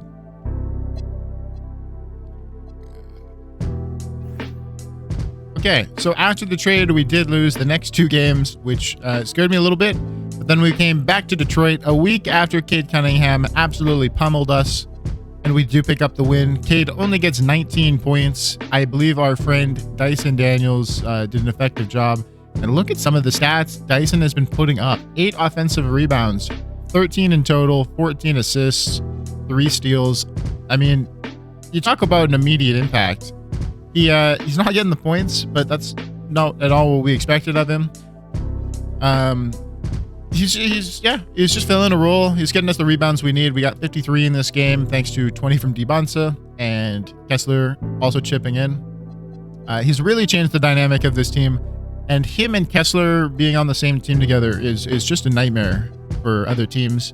Granted, it's hurt our shooting a bit, but I mean, we have so much shooting throughout the rest of the team that I'm not so worried about it. Simons, Young, Dybantsa, Porter, Monk, Sensabaugh, all these guys can shoot, and we're in a good spot right now. We're in a good spot. John Collins continues to struggle. He only played 2 minutes. I don't know what's going on with him, but you got a contract ending, buddy, so you might want to pick it up. So it's a contract year. So this is our current injury report. Just a few games later, we've got RJ Barrett out. We've got John Collins out. We've got Kyle Filipowski out. And we've got AJ Dybantsa out 4 to 6 weeks. For whatever reason, his is only a yellow cross. But the team is in some strife here. The team is in some strife. This is a lot of forwards that we're losing. I mean, yeah. It's no wonder that the team is kind of struggling. But without AJ, I mean, our chances are what? In this game, we pulled through. Even without AJ, we still came through and got the dub against the Hornets, who are our rivals, of course, as you all know by now. Cleveland, I mean, this was a tight game, but we still did it. You can see Hilliard's getting some time. He actually doesn't look horrendous. Wennington got some time as well. Kessler continues to do Walker Kessler things. But the team is trying. Even though we're down bad on injuries. I don't know exactly when AJ went out. But yeah, it's it's rough times here in Chicago. We got some bad injuries. If we catch another one, we're gonna start dropping games, I think, and it's gonna be a pit that we have to recover from. But even still, it's looking like at least a month until we're getting back to anything close to full strength. So it's gonna be an interesting time. Okay, so AJ's return is on December 18th against the Atlanta Hawks. I was looking at this game just a second ago, and Mikal Bridges, our old friend, 3-17, just an absolute nightmare, and yet they still completely pounced all over us. We're still a little banged up, but we have AJ back at least. It's been a rough season so far. We're still at an even record. We just can't seem to get through it. We've got Filipowski's now day-to-day, so he should be back maybe as soon as the next game. Was he in that game?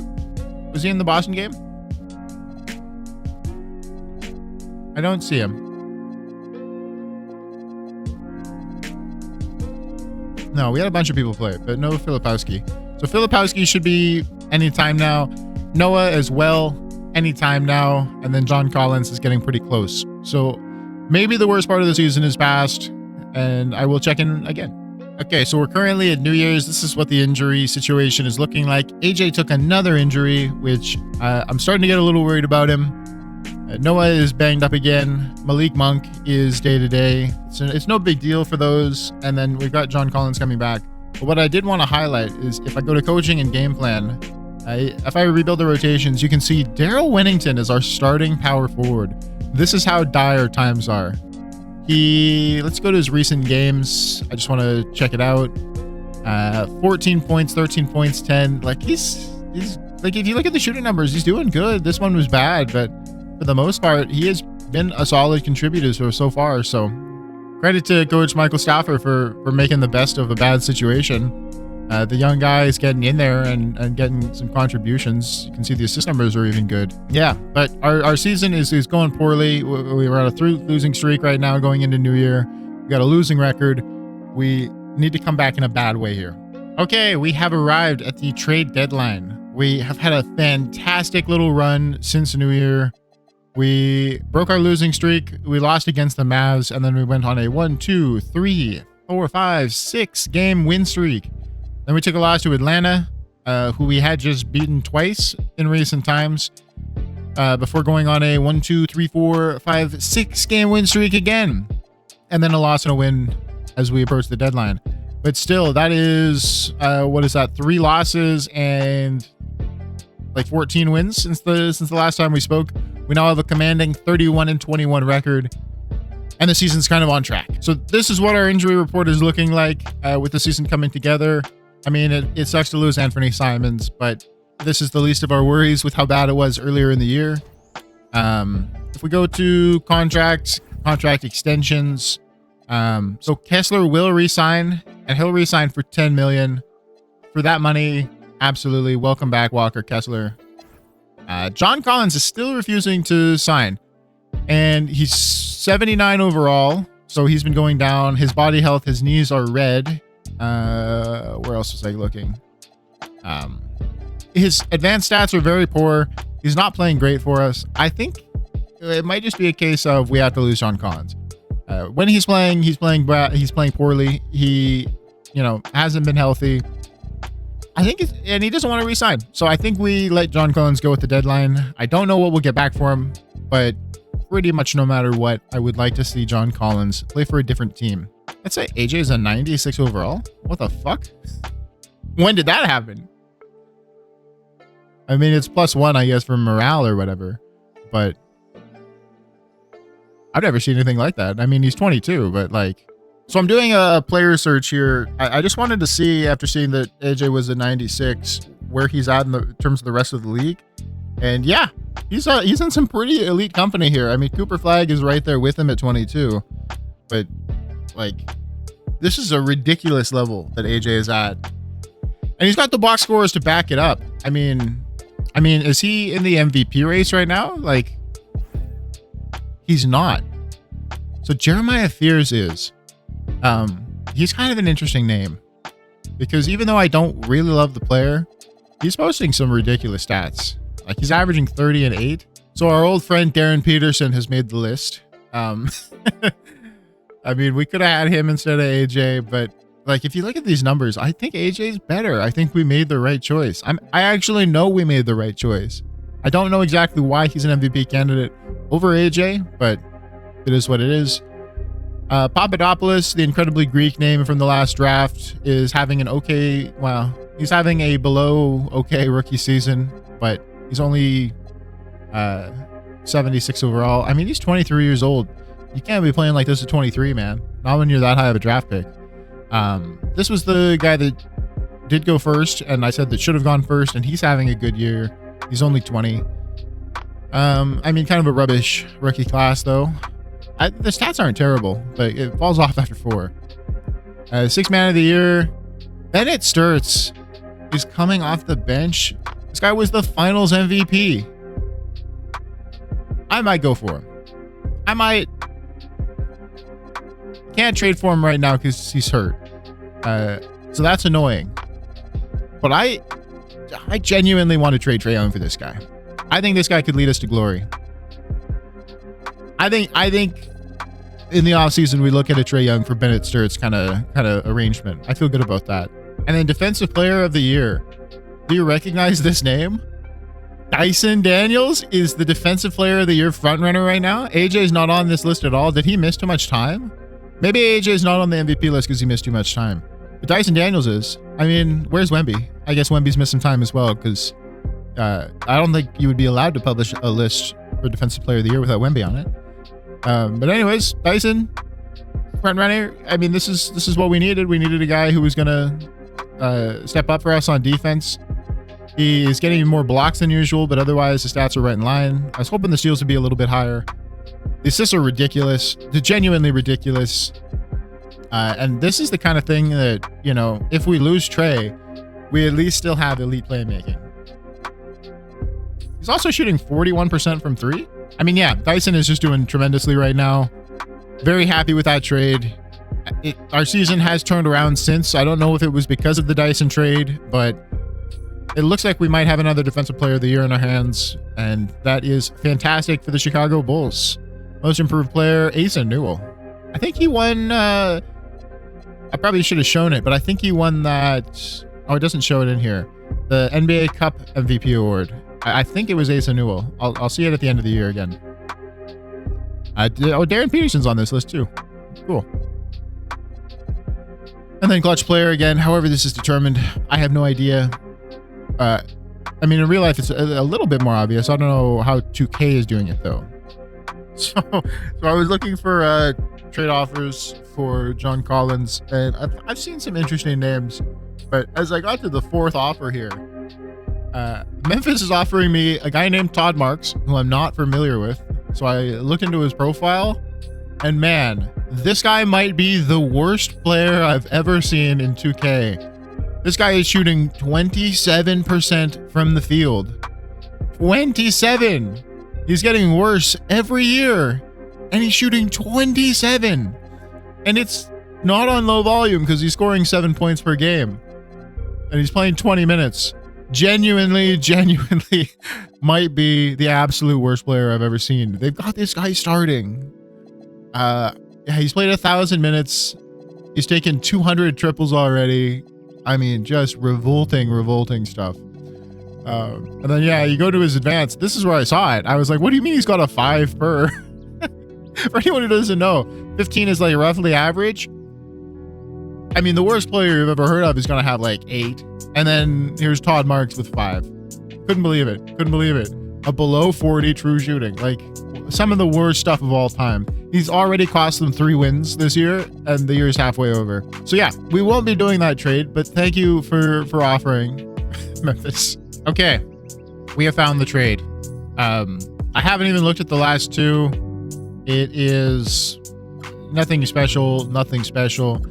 I want Denny Avdia.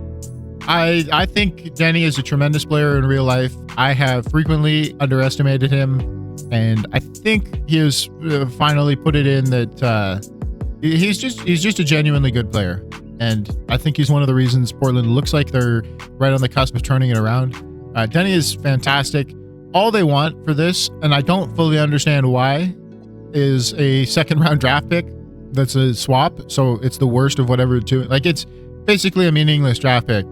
And then John Collins. I can't fully understand why the Blazers would do this. I mean, we all know why, but I'm going to pretend like I don't know why. He's having a great year. Major pickup from last year where he fell off a little bit. Yeah, this is exactly what I want in a power forward. I'm going to convert him to power forward and hopefully he doesn't lose any overalls. But yeah, I'm pretty... Oh, he's only played 20 games so far. Does he have a bad... He has a bad knee. So maybe the reason that they're trading him is because he had a bad injury this year. It looks like he's only played 23 games. But I don't like John Collins, and none of the rest of the names were all that interesting, as you probably saw from the last clip I showed. It's the one I'm going to go with. This is the only one I think can progress as his team, and we'll take it. Okay, so after converting Denny to power forward, he has lost a rating. I'm not super worried about that. He's still the same player. It's just that he's a 79 power forward instead of an 80 small forward.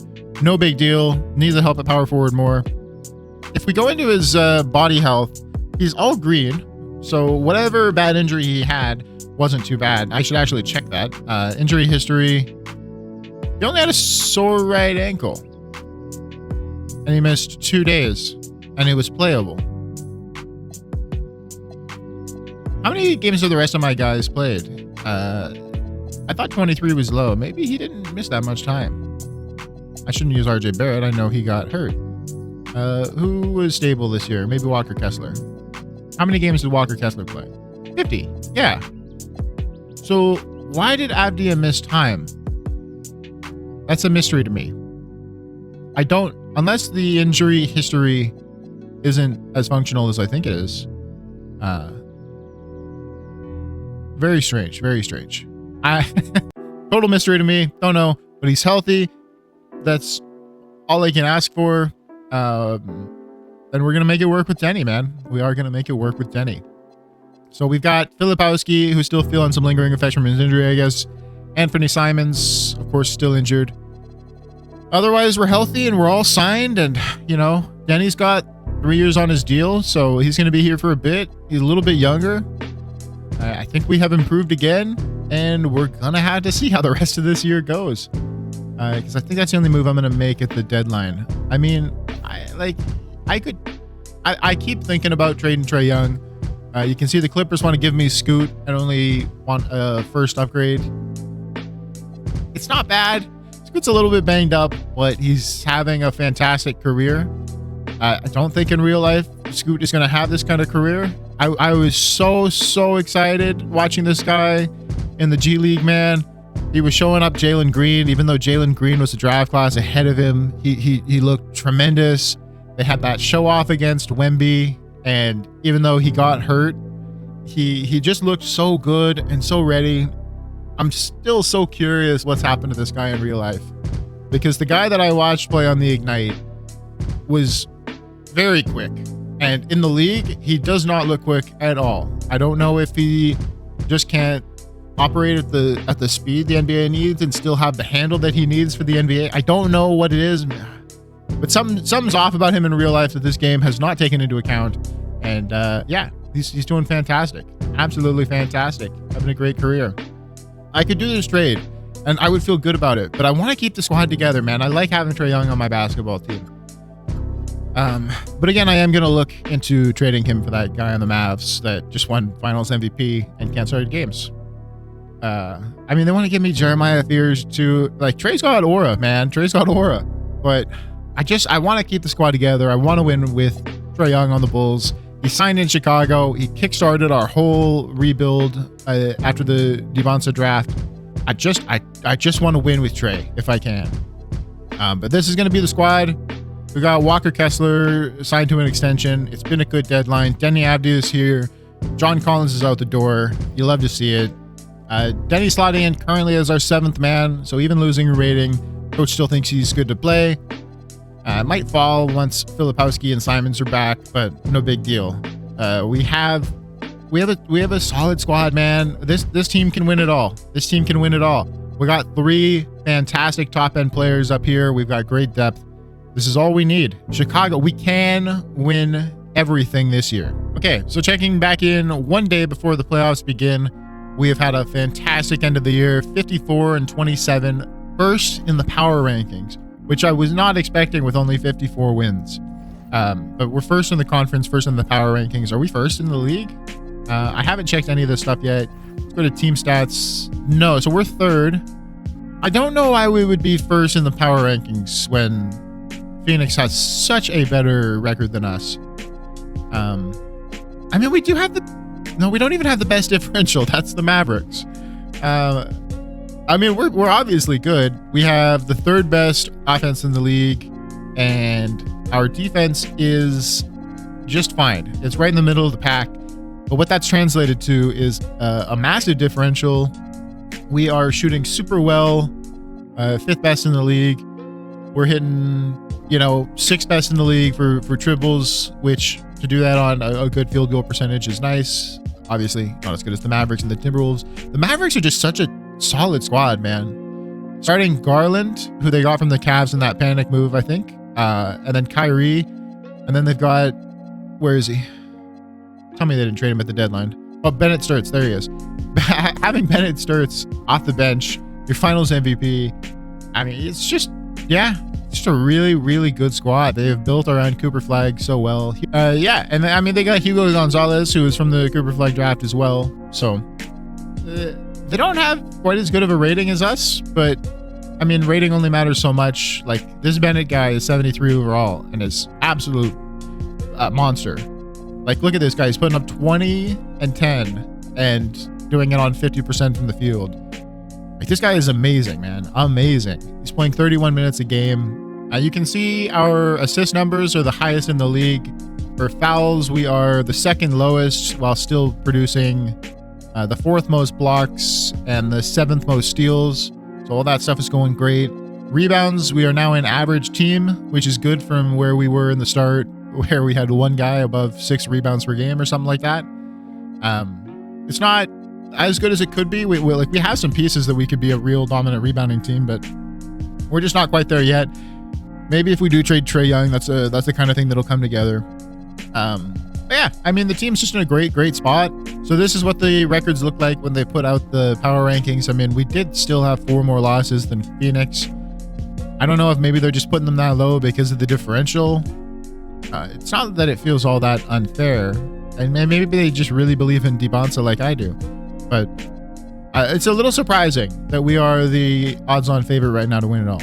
And even still, I don't know why it's calling me Dallin Clemens, but even still, in the GM power rankings, even being the first ranking, they won't give us a good placement. I'm probably not winning Executive of the Year. I don't know what more they want from me, but yeah, they're hating. They're massively hating on me in particular. I guess they don't think I've done a very good job. This is what the award races look like right at the end. Darren Peterson still 3rd in Most Valuable Player award voting. Cade Cunningham, very deservedly number 1. Guy absolutely throttled us earlier in the season.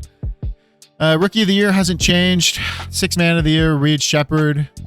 Oh, interesting. The Rookie of the Year is almost the 6th Man of the Year. Defensive Player of the Year does look like it's going to be Dyson Daniels, who's a little bit banged up right now. Going into the playoffs is never the thing you want to see. Asa Newell has lost his spot as the most improved player to Luis Jr., who went undrafted. So unbelievable find there by Philly, it looks like. Clutch Player of the Year, we now have 2nd place Trae Young, who's now averaging 30 a game. It's interesting to me that Trae Young didn't get an Eastern Conference All-Star appearance. Dyson got one, and then AJ, but no Trae. So these are our player stats. I'm going to take another look at this, but what I quickly wanted to point out is that AJ's got 64 games played on the year. Now, if you're familiar with the league, you would know that this is a very interesting number because actually, to qualify for the awards, you need to have 65 games played. So when he plays this next game, he will qualify. And I have to wonder if 30, 14, and 8 gets you a top 5 MVP finish when you're on apparently the best team in the league and you're playing elite defense. I wonder if he sneaks in and actually gets some awards. I don't think I've ever seen this happen before, so it's going to be interesting. But like, there's a significant argument that he is better than Dyson Daniels at defense, and I'm curious what the game does when we send this next game. Okay, so Cade Cunningham wins the MVP, as we all predicted. I didn't think AJ was going to be able to overpower him. Rookie of the Year, not a surprise. Sixth Man of the Year doesn't end up changing. Defensive Player of the Year is still Dyson. Okay, so it doesn't look like AJ snuck in. I really think they would have given it to AJ had he played enough. So I don't know how they made this determination, but either way, Dyson Daniels, the new addition, is Defensive Player of the Year. Most Improved, Luis, we already knew this. Devin Booker's still the clutch.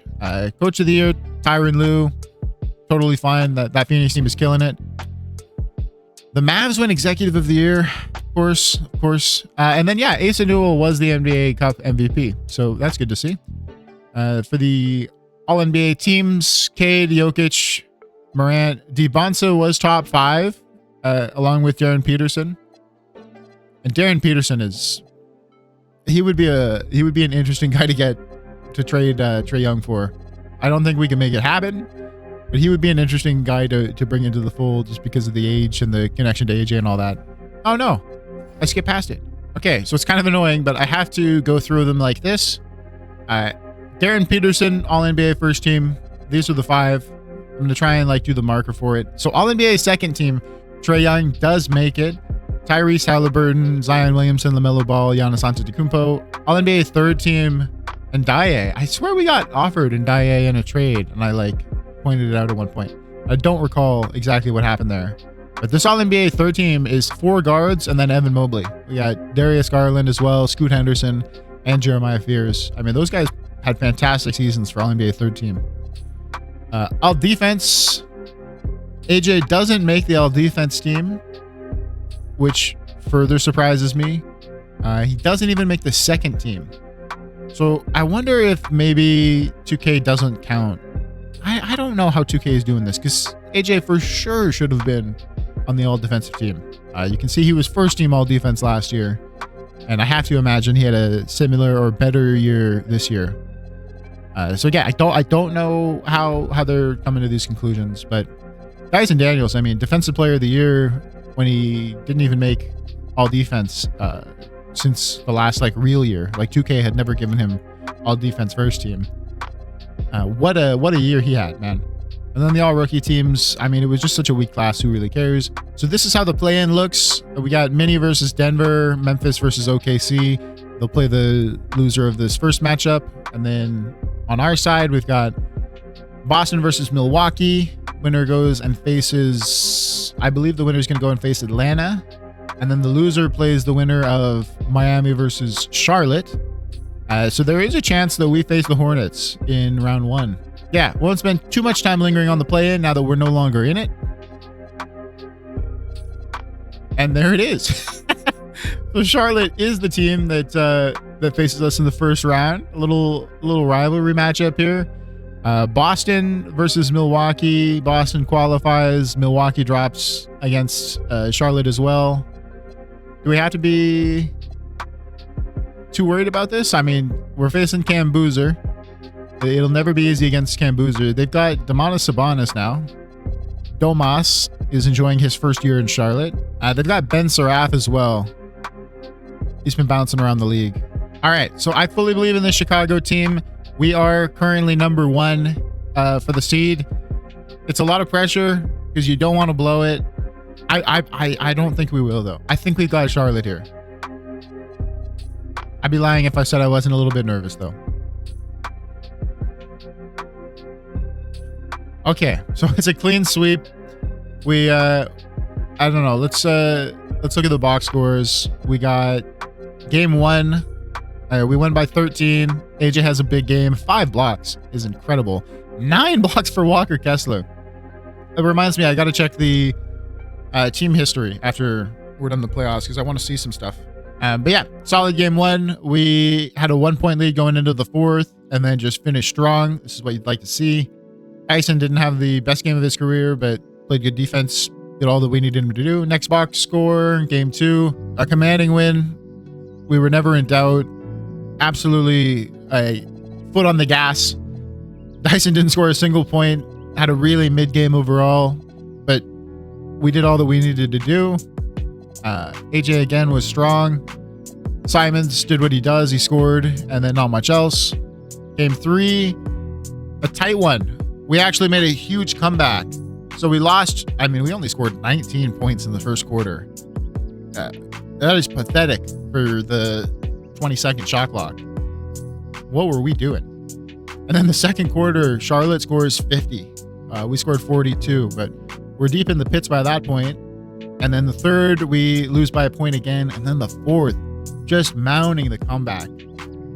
LaMelo Ball not quite able to hold us off. 41-9 with 5 steals.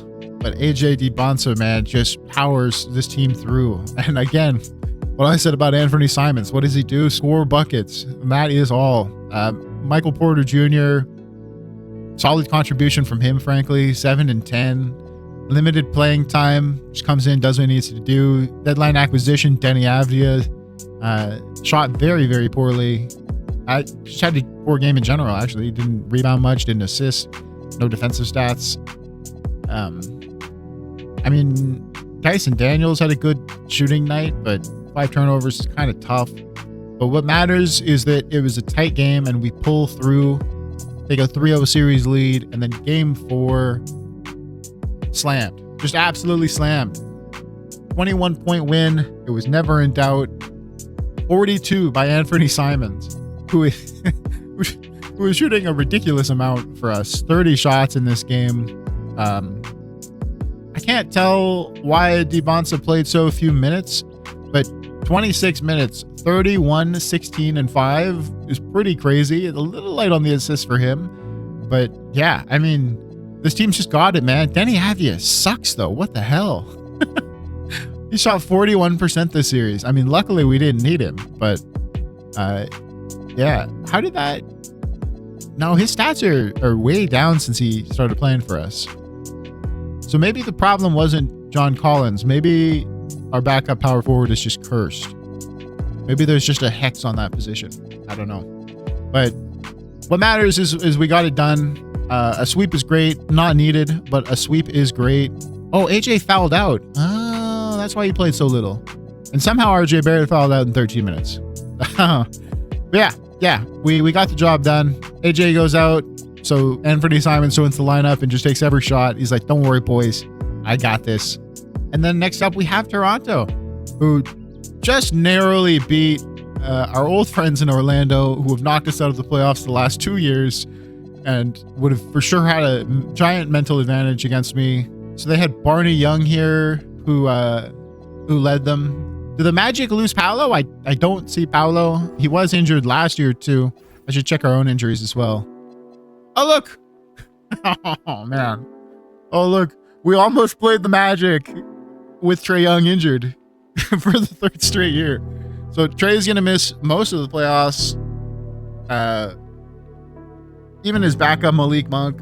Well, not his backup, but close to his backup. The 3rd string is out as well. We're in a bad spot for guard play here. I don't know why Trae keeps going down for a long time at the end of years. It is a bit of a pattern. I didn't even notice. He only played game 1. He got hurt in game 1. Yeah, I mean, like, he played 80 games throughout the season. It's not like he's fragile, but the guy just, he just can't play in the playoffs for us. Fantastic player. Fantastic. But yeah, like, we're going to have to start having an uncomfortable conversation about Trae Young. Put up 8 points on 30% and then dipped out. Played 20 minutes. Just rough stuff. If we make the finals, I believe Trae plays again. But without Trae, he's our second best player. It's going to be hard to make the finals. We will see how far AJ can take us. But round 2 against Toronto, let's get into it. All right, same story, simulate round. Oh, if any, I might do a little slow-mo on that. That was ridiculous. I think we took a 3-0 lead and then lost 3 in a row. And like, it happens in the blink of an eye, but my heart rate went like way up, way down. Like it was going crazy, man. But we do pull through. Let's see the box scores. So game 1 was a win, a very comfortable win. Denny Avdia had a better game. That's a perfectly acceptable game from him. We just killed them on shooting percentage. They couldn't do much about us. Game 2, again, we crushed them. Okay, AJ Dybantsa, 39 and 18. You know, exactly what you'd expect from him. And then they've got this Barney Young guy who's just absolutely a workhorse in Toronto. Game 3, again, it's a pretty cozy win, but we did go up 3-0. I thought I saw that right. Anthony Simons, man, this guy is a Chicago legend in 2.5 seasons. Like he's just doing everything that we need him to do. Trae Young goes down, he comes right in and just takes over and starts producing points, helping out AJ. Denny, good game. He's having a good series so far. He even recovered, like, even after all 7 of the games. He's now having like an okay playoffs. But let's see how things go wrong from here. So game 4, Toronto fights. Completely tied the last half. Just took an early lead. Only one of the quarters actually had any scoring difference. The other 3 were tied. Not often you'll see that. But yeah, Toronto just holds us off. RJ Barrett playing good against his former team. Game 5, cozy win for them. We just couldn't do anything about them. AJ, midnight. Simons again just scored, but didn't even do it that well. 22 points on 25 shots. You hate to see it. 0 for 8 from deep. I'm trying to look at like the bottom of the rotation here to see roughly what's going on. Game 6, the Raptors hold back on a huge comeback from us. We put up 38 to their 24, but still lose by 5. Young had a bad game and they still won. That's the stuff that you hate to see. And then game 7, everything on the line. We pull off a huge comeback and win by 2. I hope someone hit a huge 3 at the end to put it away. I hope someone, like, man, that could be a legendary shot. I wish you could see that. I wish I could, like, it would tell me what the end of the game looked like. Like, did we play good defense on them trying to hit a 3 or a 2 to tie? I just want to know. I want to know, man. But regardless, huge game from the boys. We were down bad. We had a horrible third quarter, and then did just enough in the fourth to win. Dyson Daniels continues to amaze me. He's shooting 54% from the field, 50% from deep, probably on no attempts though. He's shot 30 times. That's pretty good in 11 games. So he's hitting 1.5 per game on 3 attempts. That's way better than I thought it would be. Can't hit a free throw. Cannot hit a free throw. But I mean, I guess when you don't shoot that much, it doesn't matter too much. But yeah, he's doing fantastic. He has fit this team like a glove, and he's already up to 88 overall. Cooking. Just absolutely cooking. We're off to the conference finals now. Round 3. We beat Toronto in an absolute nail-biter of an almost legendary loss. We're facing the boogeyman, Cade Cunningham. The winner gets to play either Phoenix or San Antonio, so there is a tough matchup waiting for us. At least Dallas is out. I'm curious how this last game went for them. So Bennett had a decent playoff, but a fall far from where he was. He's up to an 80 overall, so maybe when I saw he was 73, he was hurt. Yeah, I still want this guy on my basketball team, man. I do. Something about this guy is just radiant. He has no badges, but he just gets it done. I don't know, man. Finals MVP. Something about this guy is special. Anyways, Dallas is not in the finals. It's going to be Phoenix or San Antonio versus either us or Detroit. All right. Can we actually, before I go in, I want to check the injury report. Trae's still 2 to 4 weeks away. I don't think he can return mid-series. I would be surprised because you got to think 7 playoff games, if it goes that long, is about 2 weeks. So maybe he can, because guys push early in the playoffs to come back. Maybe we see a Trae Young appearance this series. He's not in the plans right now, is he? No. So he's still too hurt to go. I actually think game 4, 5, 6, maybe 7, somewhere in there, he probably does come back, unless it is closer to that 4-week. And then we almost certainly see him in the finals. Yeah. Let's see how this goes. Wow. Western Conference Finals MVP Darren Peterson. So it looks like we're going to face the Suns in the finals. I don't know if you guys caught that, but we actually swept Detroit, which is very, very surprising to me. I did not think we had that in us. But yeah, Darren Peterson versus AJ Dybantsa in the finals. What more do you want? The two guys I was deciding between. I mean, they had a really good performance against Wemby and the Spurs. Dylan Harper as well. He might be an interesting one to get as our point guard too. I would like to get a young guy, I think. I think I would really like to get a younger guy. I could also get someone who's not a point guard and then try and do something else for Bennett Sturs. But yeah, I don't know. A lot of good names out there. But let's take a look at how we dismantled Cade. An 11-point win in the first game. We kind of took it to him. I mean, not much to say. Like, nothing out of the ordinary aside from AJ having 6 blocks. Let's look at the next one. AJ, yeah, again, we don't have any like this. These are no crazy performances, but I mean, we kept him at 102 points, which is super low for this current era of basketball. 7 turnovers from AJ. It's not like it's a fantastic game. Like, no one here really did anything. I honestly think Dyson Daniels' defense might have just transformed us. Game 3, again, no special games. We just kept them to a low score.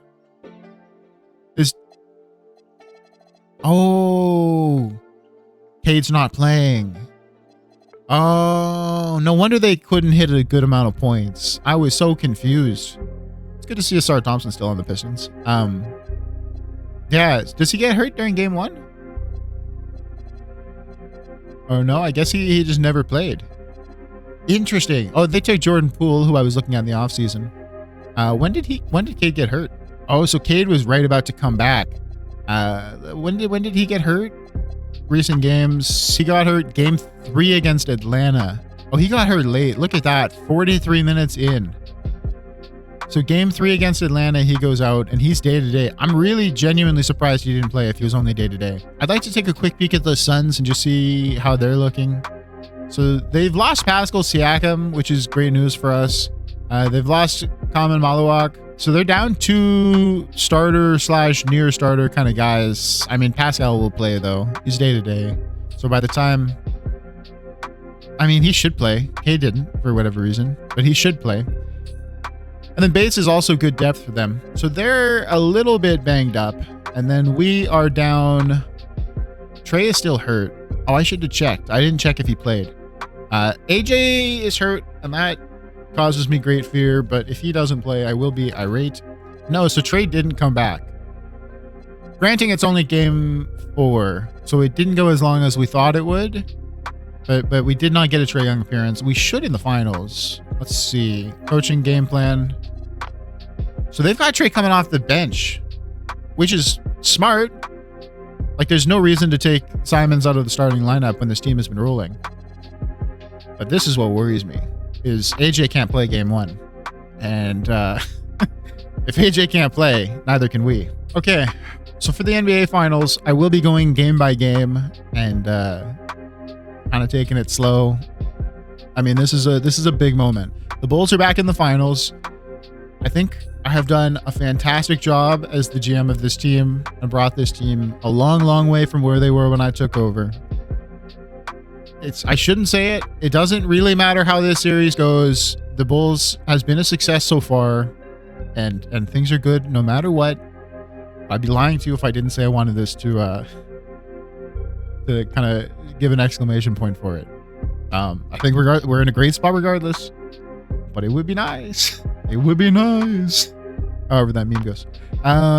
Okay, sim through game. It's to the Suns.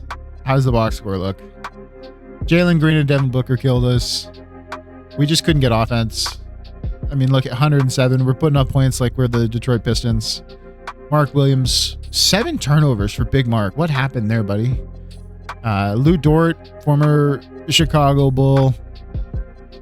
Pascal Siakam did play. Darren Peterson sucked. Is he hurt? He is hurt. He only played 9 minutes. I didn't notice that at first. So they've lost Peterson, and we're bringing in AJ. At least we should be. Did AJ play? No, AJ didn't play. Trae Young played 22 minutes. I mean, when we get Trae Young and AJ like going, this is going to be a series, man. Barrett had a very good game. No one else had a good game. Look at Denny Avdia, bro. Denny Avdia. Oh no. Probably didn't cost us the game, but he definitely didn't make it any easier. Trae Young shot 4 of 20 as well. Yeah. It's hard to win a basketball game shooting 15% worse. You know? It just is. But game 2, there is reason to be optimistic. I'm curious in the injury report what he has. Oh, he's done. He tore ligaments in his hand. He's done. Malawak's not coming back. Peterson's not coming back. I mean, Chicago, they want us. They want us to do it. Dybantsa's back. He's still banged up. He's only at 93 right now. But like, we have a chance. We have a genuine chance. Trae Young, our 6th man. Anthony Simons still starting, still balling. Like, this guy's having such a good run. Yeah. What do you say? I mean, if you're gonna win, this is the time to do it. We have an advantage. Same game.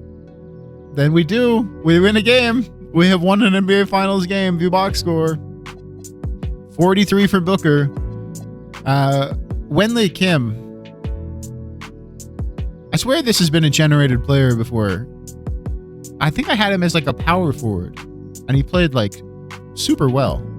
This is clearly not the same guy, but I had someone named Wenley Kim. I don't know, maybe an NBA 2K23, 2K24.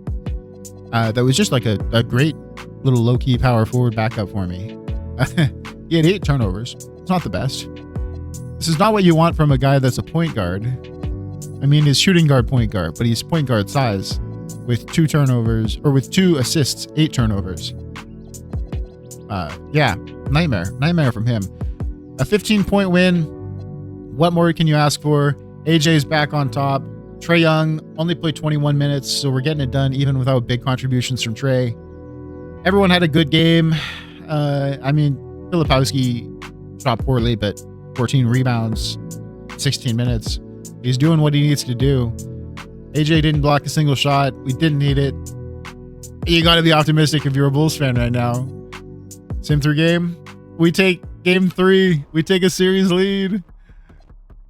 Simons continues to kill it. Dybantsa, his stats are a little low. He's still a little banged up. But man, Trae Young is starting to come into it. 26 and 12 in only 22 minutes. Shooting fantastically. After that 4 and 20 performance, he has locked in and gone 70%. And then whatever that is, which is like 56%, I think. Yeah. Noah playing good. We scored 173 points. We absolutely throttled this team. I mean, we might do it, man. We might do it. Sim 3 game. We take a 3-1 series lead. The finals.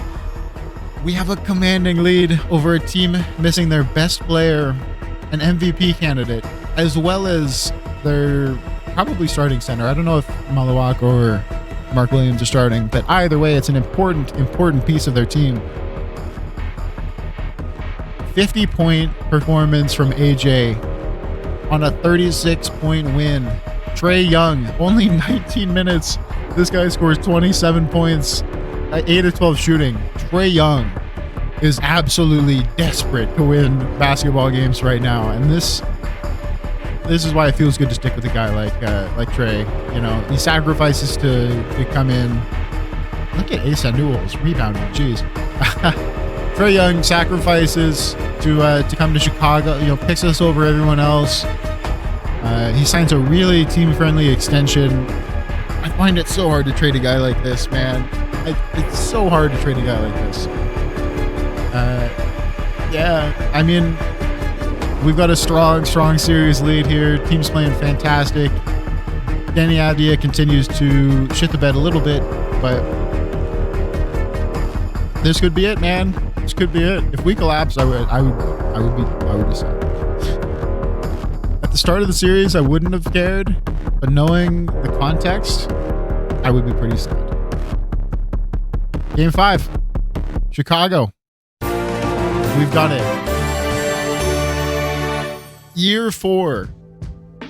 It took 4 years for the Chicago Bulls to go from maybe the team with the worst future in the league to NBA champions, because it's NBA 2K and that's the kind of stuff you can do in NBA 2K. 165 to 142. Mark Williams posts a career high in steals. AJ still with the twisted ankle. Cooper Flagg went out for Dallas, apparently. He tore his meniscus. That's a really bad injury. Chicago has won the NBA championships. The finals MVP, AJ Dybantsa, who missed game 1, but came up putting 41.5 points per game on the board. I had no idea his free throws were so bad. Was it that bad during the season too? Is AJ a bad free throw shooter? I mean, he's not great. 80%'s fine though. It's about league average. Man, what a run. What a run. Finals MVP, AJ Dybantsa for the Chicago Bulls. You gotta love it. You gotta love it. I wanted to check the record book before I moved on. Where do I do that? League history, team records. So, in a season... Oh, hold on. So, in a season... Or no, this is in a game. In a game, Trae Young's 59 makes the list for Chicago now. He made 12 threes in a game for us at some point. I'm just kind of quickly skimming through because I don't really care so much about the games. Man, at some point in the playoffs, Dyson Daniels had a 19 assist game. Trae Young had set the record for assists in a game in the playoffs for Chicago last year. But May 4th, Dyson Daniels broke it.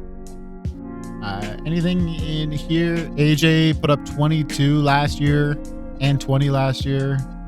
Didn't take the record though. 3-pointers made. Anthony Simons, of course. I'm surprised Chicago's are still so low though. I would have thought we would have had more than 8 in a game. So here is Chicago's points in a season leaderboard. We have a new entry. It is no longer 10 spots of Michael Jordan. Trae Young has taken over 9th place. He played 80 games this season. He only missed 2 and he averaged 30. So that is how hard it is to get on this board. But yeah, we have had a new entry. Trae Young. He's got to be pretty close to a franchise legend at this point. Hasn't been here for very long, but won a chip. Average 30. I mean, how much do you want from the guy? Field goals made. Trae Young's not even on here. 3-pointers. This is the Trae Young list. He has 3 of the top 4 spots over his 3 seasons here. He set the record this year with 80 more than he's ever had. Crazy stuff. 330 is a genuine record. Free throws made, no new entries. Rebounds, no new entries. AJ didn't get as many this year, I guess, because he had those injuries. Assists, Dyson Daniels actually comes in at number 2 ever in his first year as a Bull. I guess it's counting his stats pre-trade. But yeah, he's now the number 2. Trae Young would have been number 2 had Dyson not come along. He had a better assist year than he's ever had in a Chicago uniform. Blocks, we had Walker Kessler make the list with 170. So he's put his place in history in Chicago. Okay, so that is year 4 in the books. I still don't feel like the job is done. I mean, Chicago's obviously in a great spot, but I am going to continue playing this for a little bit longer.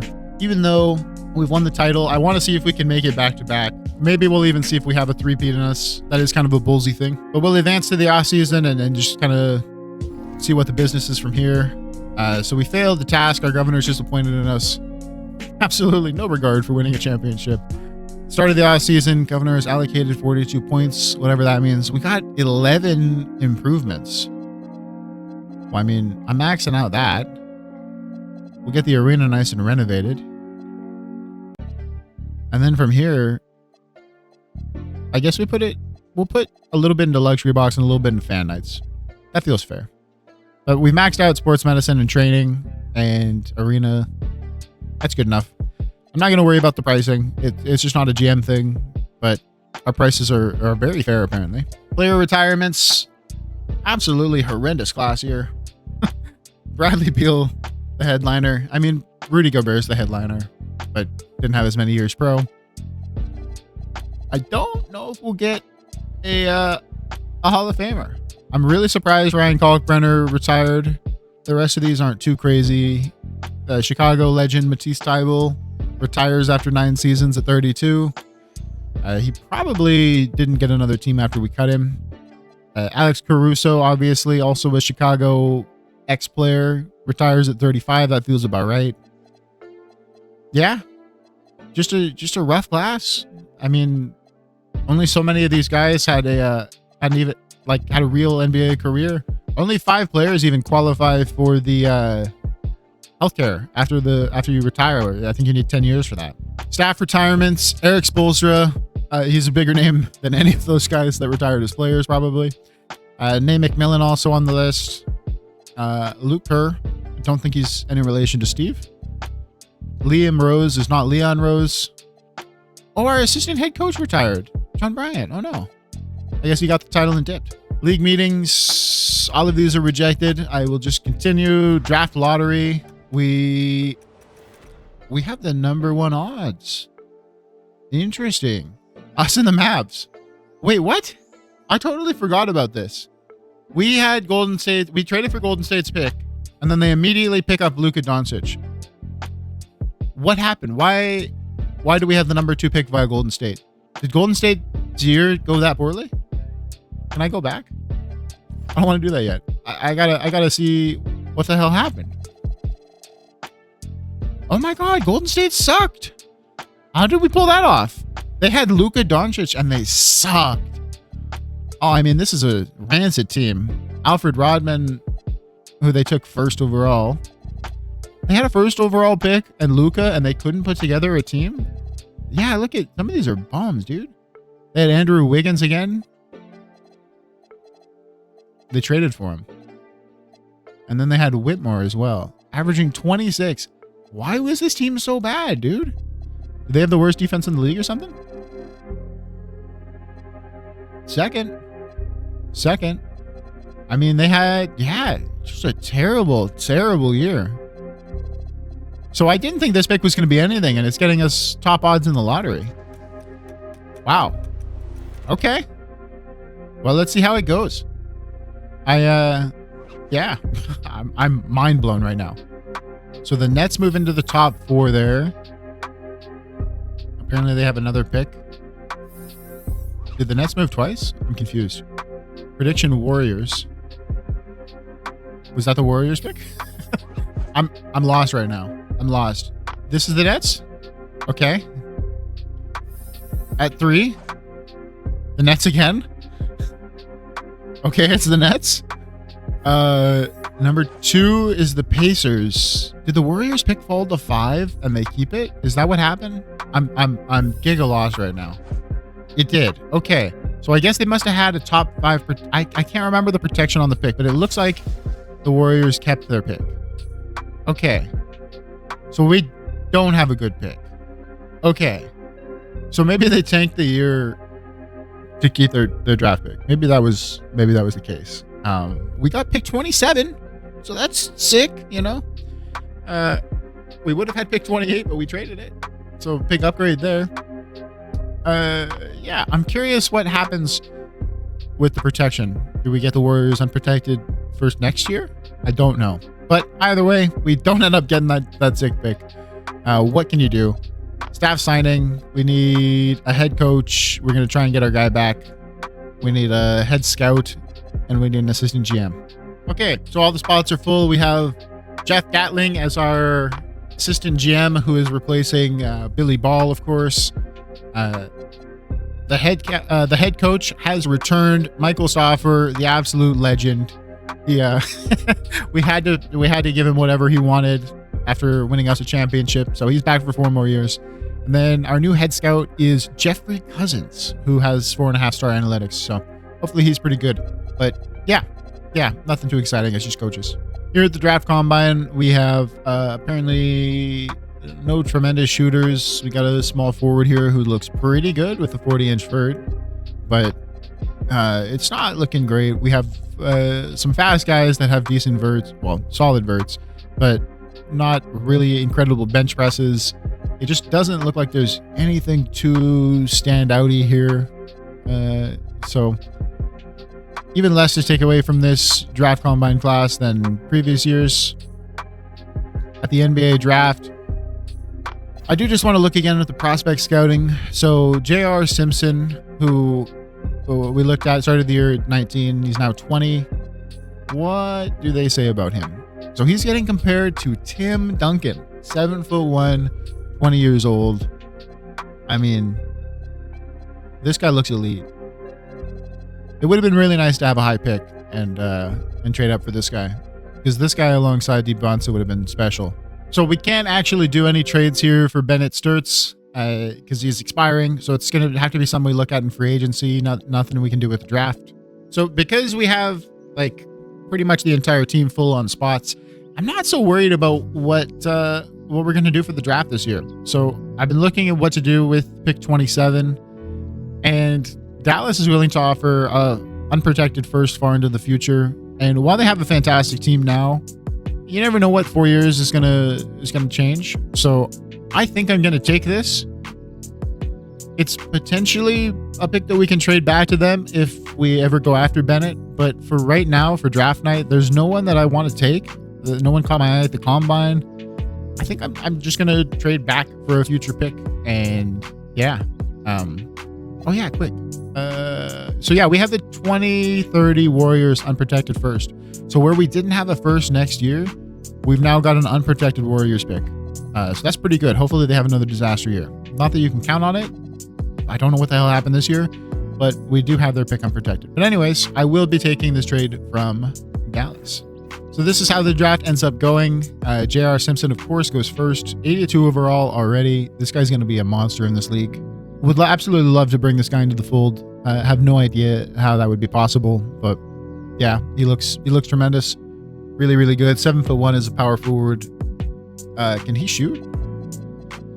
I mean, if this guy can shoot, well, what an amazing player. Yeah, 3-point shooting is an A. Okay, yeah, I thought I remembered him having like a 3-point archetype. I mean, so an 87 3-pointer, 91 free throw. Yeah. Indiana got a really special player here. No rookies to sign. Player options. I'm gonna take Hilliard, even though the game recommends I don't. Devin Booker rejects a $70 million player option. That's crazy. Şengün rejecting 39 is no surprise. But yeah, some decent free agents here. Qualifying offers, we will extend it to Noah. Moratorium.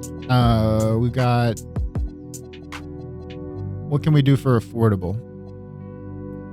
So Jarrett Allen wants $4 million. That just doesn't strike me as all that realistic. Derek White is in here too. He's 35, so he's going to fall off a cliff. This guy is 24 years old and already a 79. He's only a half a star match for the system. What is this guy's problem? Why does the coach hate him so much? I'm lost. I'm so lost. But anyways, we got Trae Murphy, who only wants 1.9 million. I mean, I'm gonna spend some time and adjust these sliders, I think. Should I? I mean, offers have already been submitted. I should have done this before. But yeah, we're gonna try and get Noah back. He wants 15 million. Hopefully we can retain this guy. There's John Collins for 2 million, the guy who refused to sign for us. All right, there's the moratorium closed. We've agreed to a contract extension with Noah Essengay, 5 years, 81 million. It feels pretty reasonable. Maybe a little bit high, but we did win a championship together, and he has been here since the very beginning, so I'm happy to do that. That brings him to around 16 million per year, which is not too bad. I'm kind of just happy I could keep the whole band together. All right, with that sorted, we're going to do contract extensions. I'm going to get this done before the season because then you can get rookie deals done, and I just want to make sure that AJ is locked in for the next season. Nickeil Alexander-Walker, we can extend him by a year, I guess. That takes him to 33. I'm pretty confident 32 will be sufficient, and we could have let him walk at that point. We'll tack on an extra year. That's no big deal. Anthony Simons, oh, he's not eligible. Denny Avdia, this is going to be a crucial one. Avdia had a rough playoffs at times, but I would really like him on the team. We've got 2 more years at a reasonable price. And he only wants 8. So I'm going to see if he'll take that. Okay. So we got Denny re-signed really cheap. I worried he might ask for something closer to 20, but I mean, not with these sliders, I guess. Dyson Daniels, this could be a bad one. He could ask for 40 plus. He was a key piece of our championship, and I actually really loved having him on the team, so it would hurt to see him go. And we won't have to worry about that. He wants 30, which is a lot. It's not like it's a tiny amount, but we can work with this. Willie takes 29.5. Will he take it? He has. Okay, so Denny's locked in. RJ Barrett next. Oh, he only wants the minimum. I thought for sure Barrett would want more than the minimum. We will extend that. Again, I mean, Barrett deserves more. I'm going to take more and more advantage of the system as it goes on. Bryce Sensabaugh, I mean, 1 year at 9 million. He's probably going to ask for the minimum. I don't know if I want him at the minimum. He might be... How much did he play? Will it show me? He played... It won't show me the playoff stats anymore. But he played 400 minutes for us. That's not too bad. He wasn't exceptional, but I guess he's nice to have around. He shot 40% from deep, as he has basically every year. Yeah. He's another one I'll give a minimum extension to. Just keep the books good. So we've got everyone locked in now, aside from Michael Porter Jr., who we can't extend him. And then there's AJ. I'm really curious. I assume it'll want a max contract. I'm going to give him a max contract no matter what he asks for. It would be really funny if I opened this up though and he was asking for the minimum. Yeah, AJ is our man. 95 rated. I won't sign him for anything less than the max. So that's just how it's going to be. And it is 38 million. Absolutely pathetic. I don't know. In my head, I was thinking, what's the max? The max for him is only 42. So I was curious because in real life, I'm pretty confident he would be eligible for a lot more than this based on what he's achieved. But maybe missing the awards for that last year really hurt him. Because I can only give him 42. That is as far as it goes. And I mean, I'm obviously going to do it. Like, that's a no-brainer. But I thought he might be able to get like 70. I was expecting a really high number. So this is still a no-brainer. I won't... I could do the 30 million one and, you know, make it easier on myself. But I will give him as realistic of a contract as I can. So AJ Dybantsa happily accepts the offer. And now we are locked in. We've got him for next season at a relatively cheap price. And then the price is going to jump. He goes from 21 to 42. Well-deserved raise. Already a champion. Already achieved so much in this league. I can't believe his career high is only 51. He is an electric player. I was expecting a little bit more than that. I was expecting more for the threes as well. But, you know, Chicago, we haven't had anyone really killing it on 3-pointers yet. But yeah, all this looks good. I think we're ready for next season. We're running the exact same squad back in. I'm really looking forward to what Hilliard and Wennington are rated. It's going to be kind of key. I was told not to take Hilliard, but I will. It would have made more sense for me to go in here and get like a Boris York or something like that.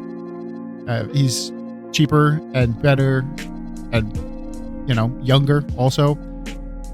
But I like Hilliard. I don't know. I want to stick with my guy. So that's what we're going to be doing. And yeah, I will see you all in the next year, which I think I'm going to split it here, and that'll be another video.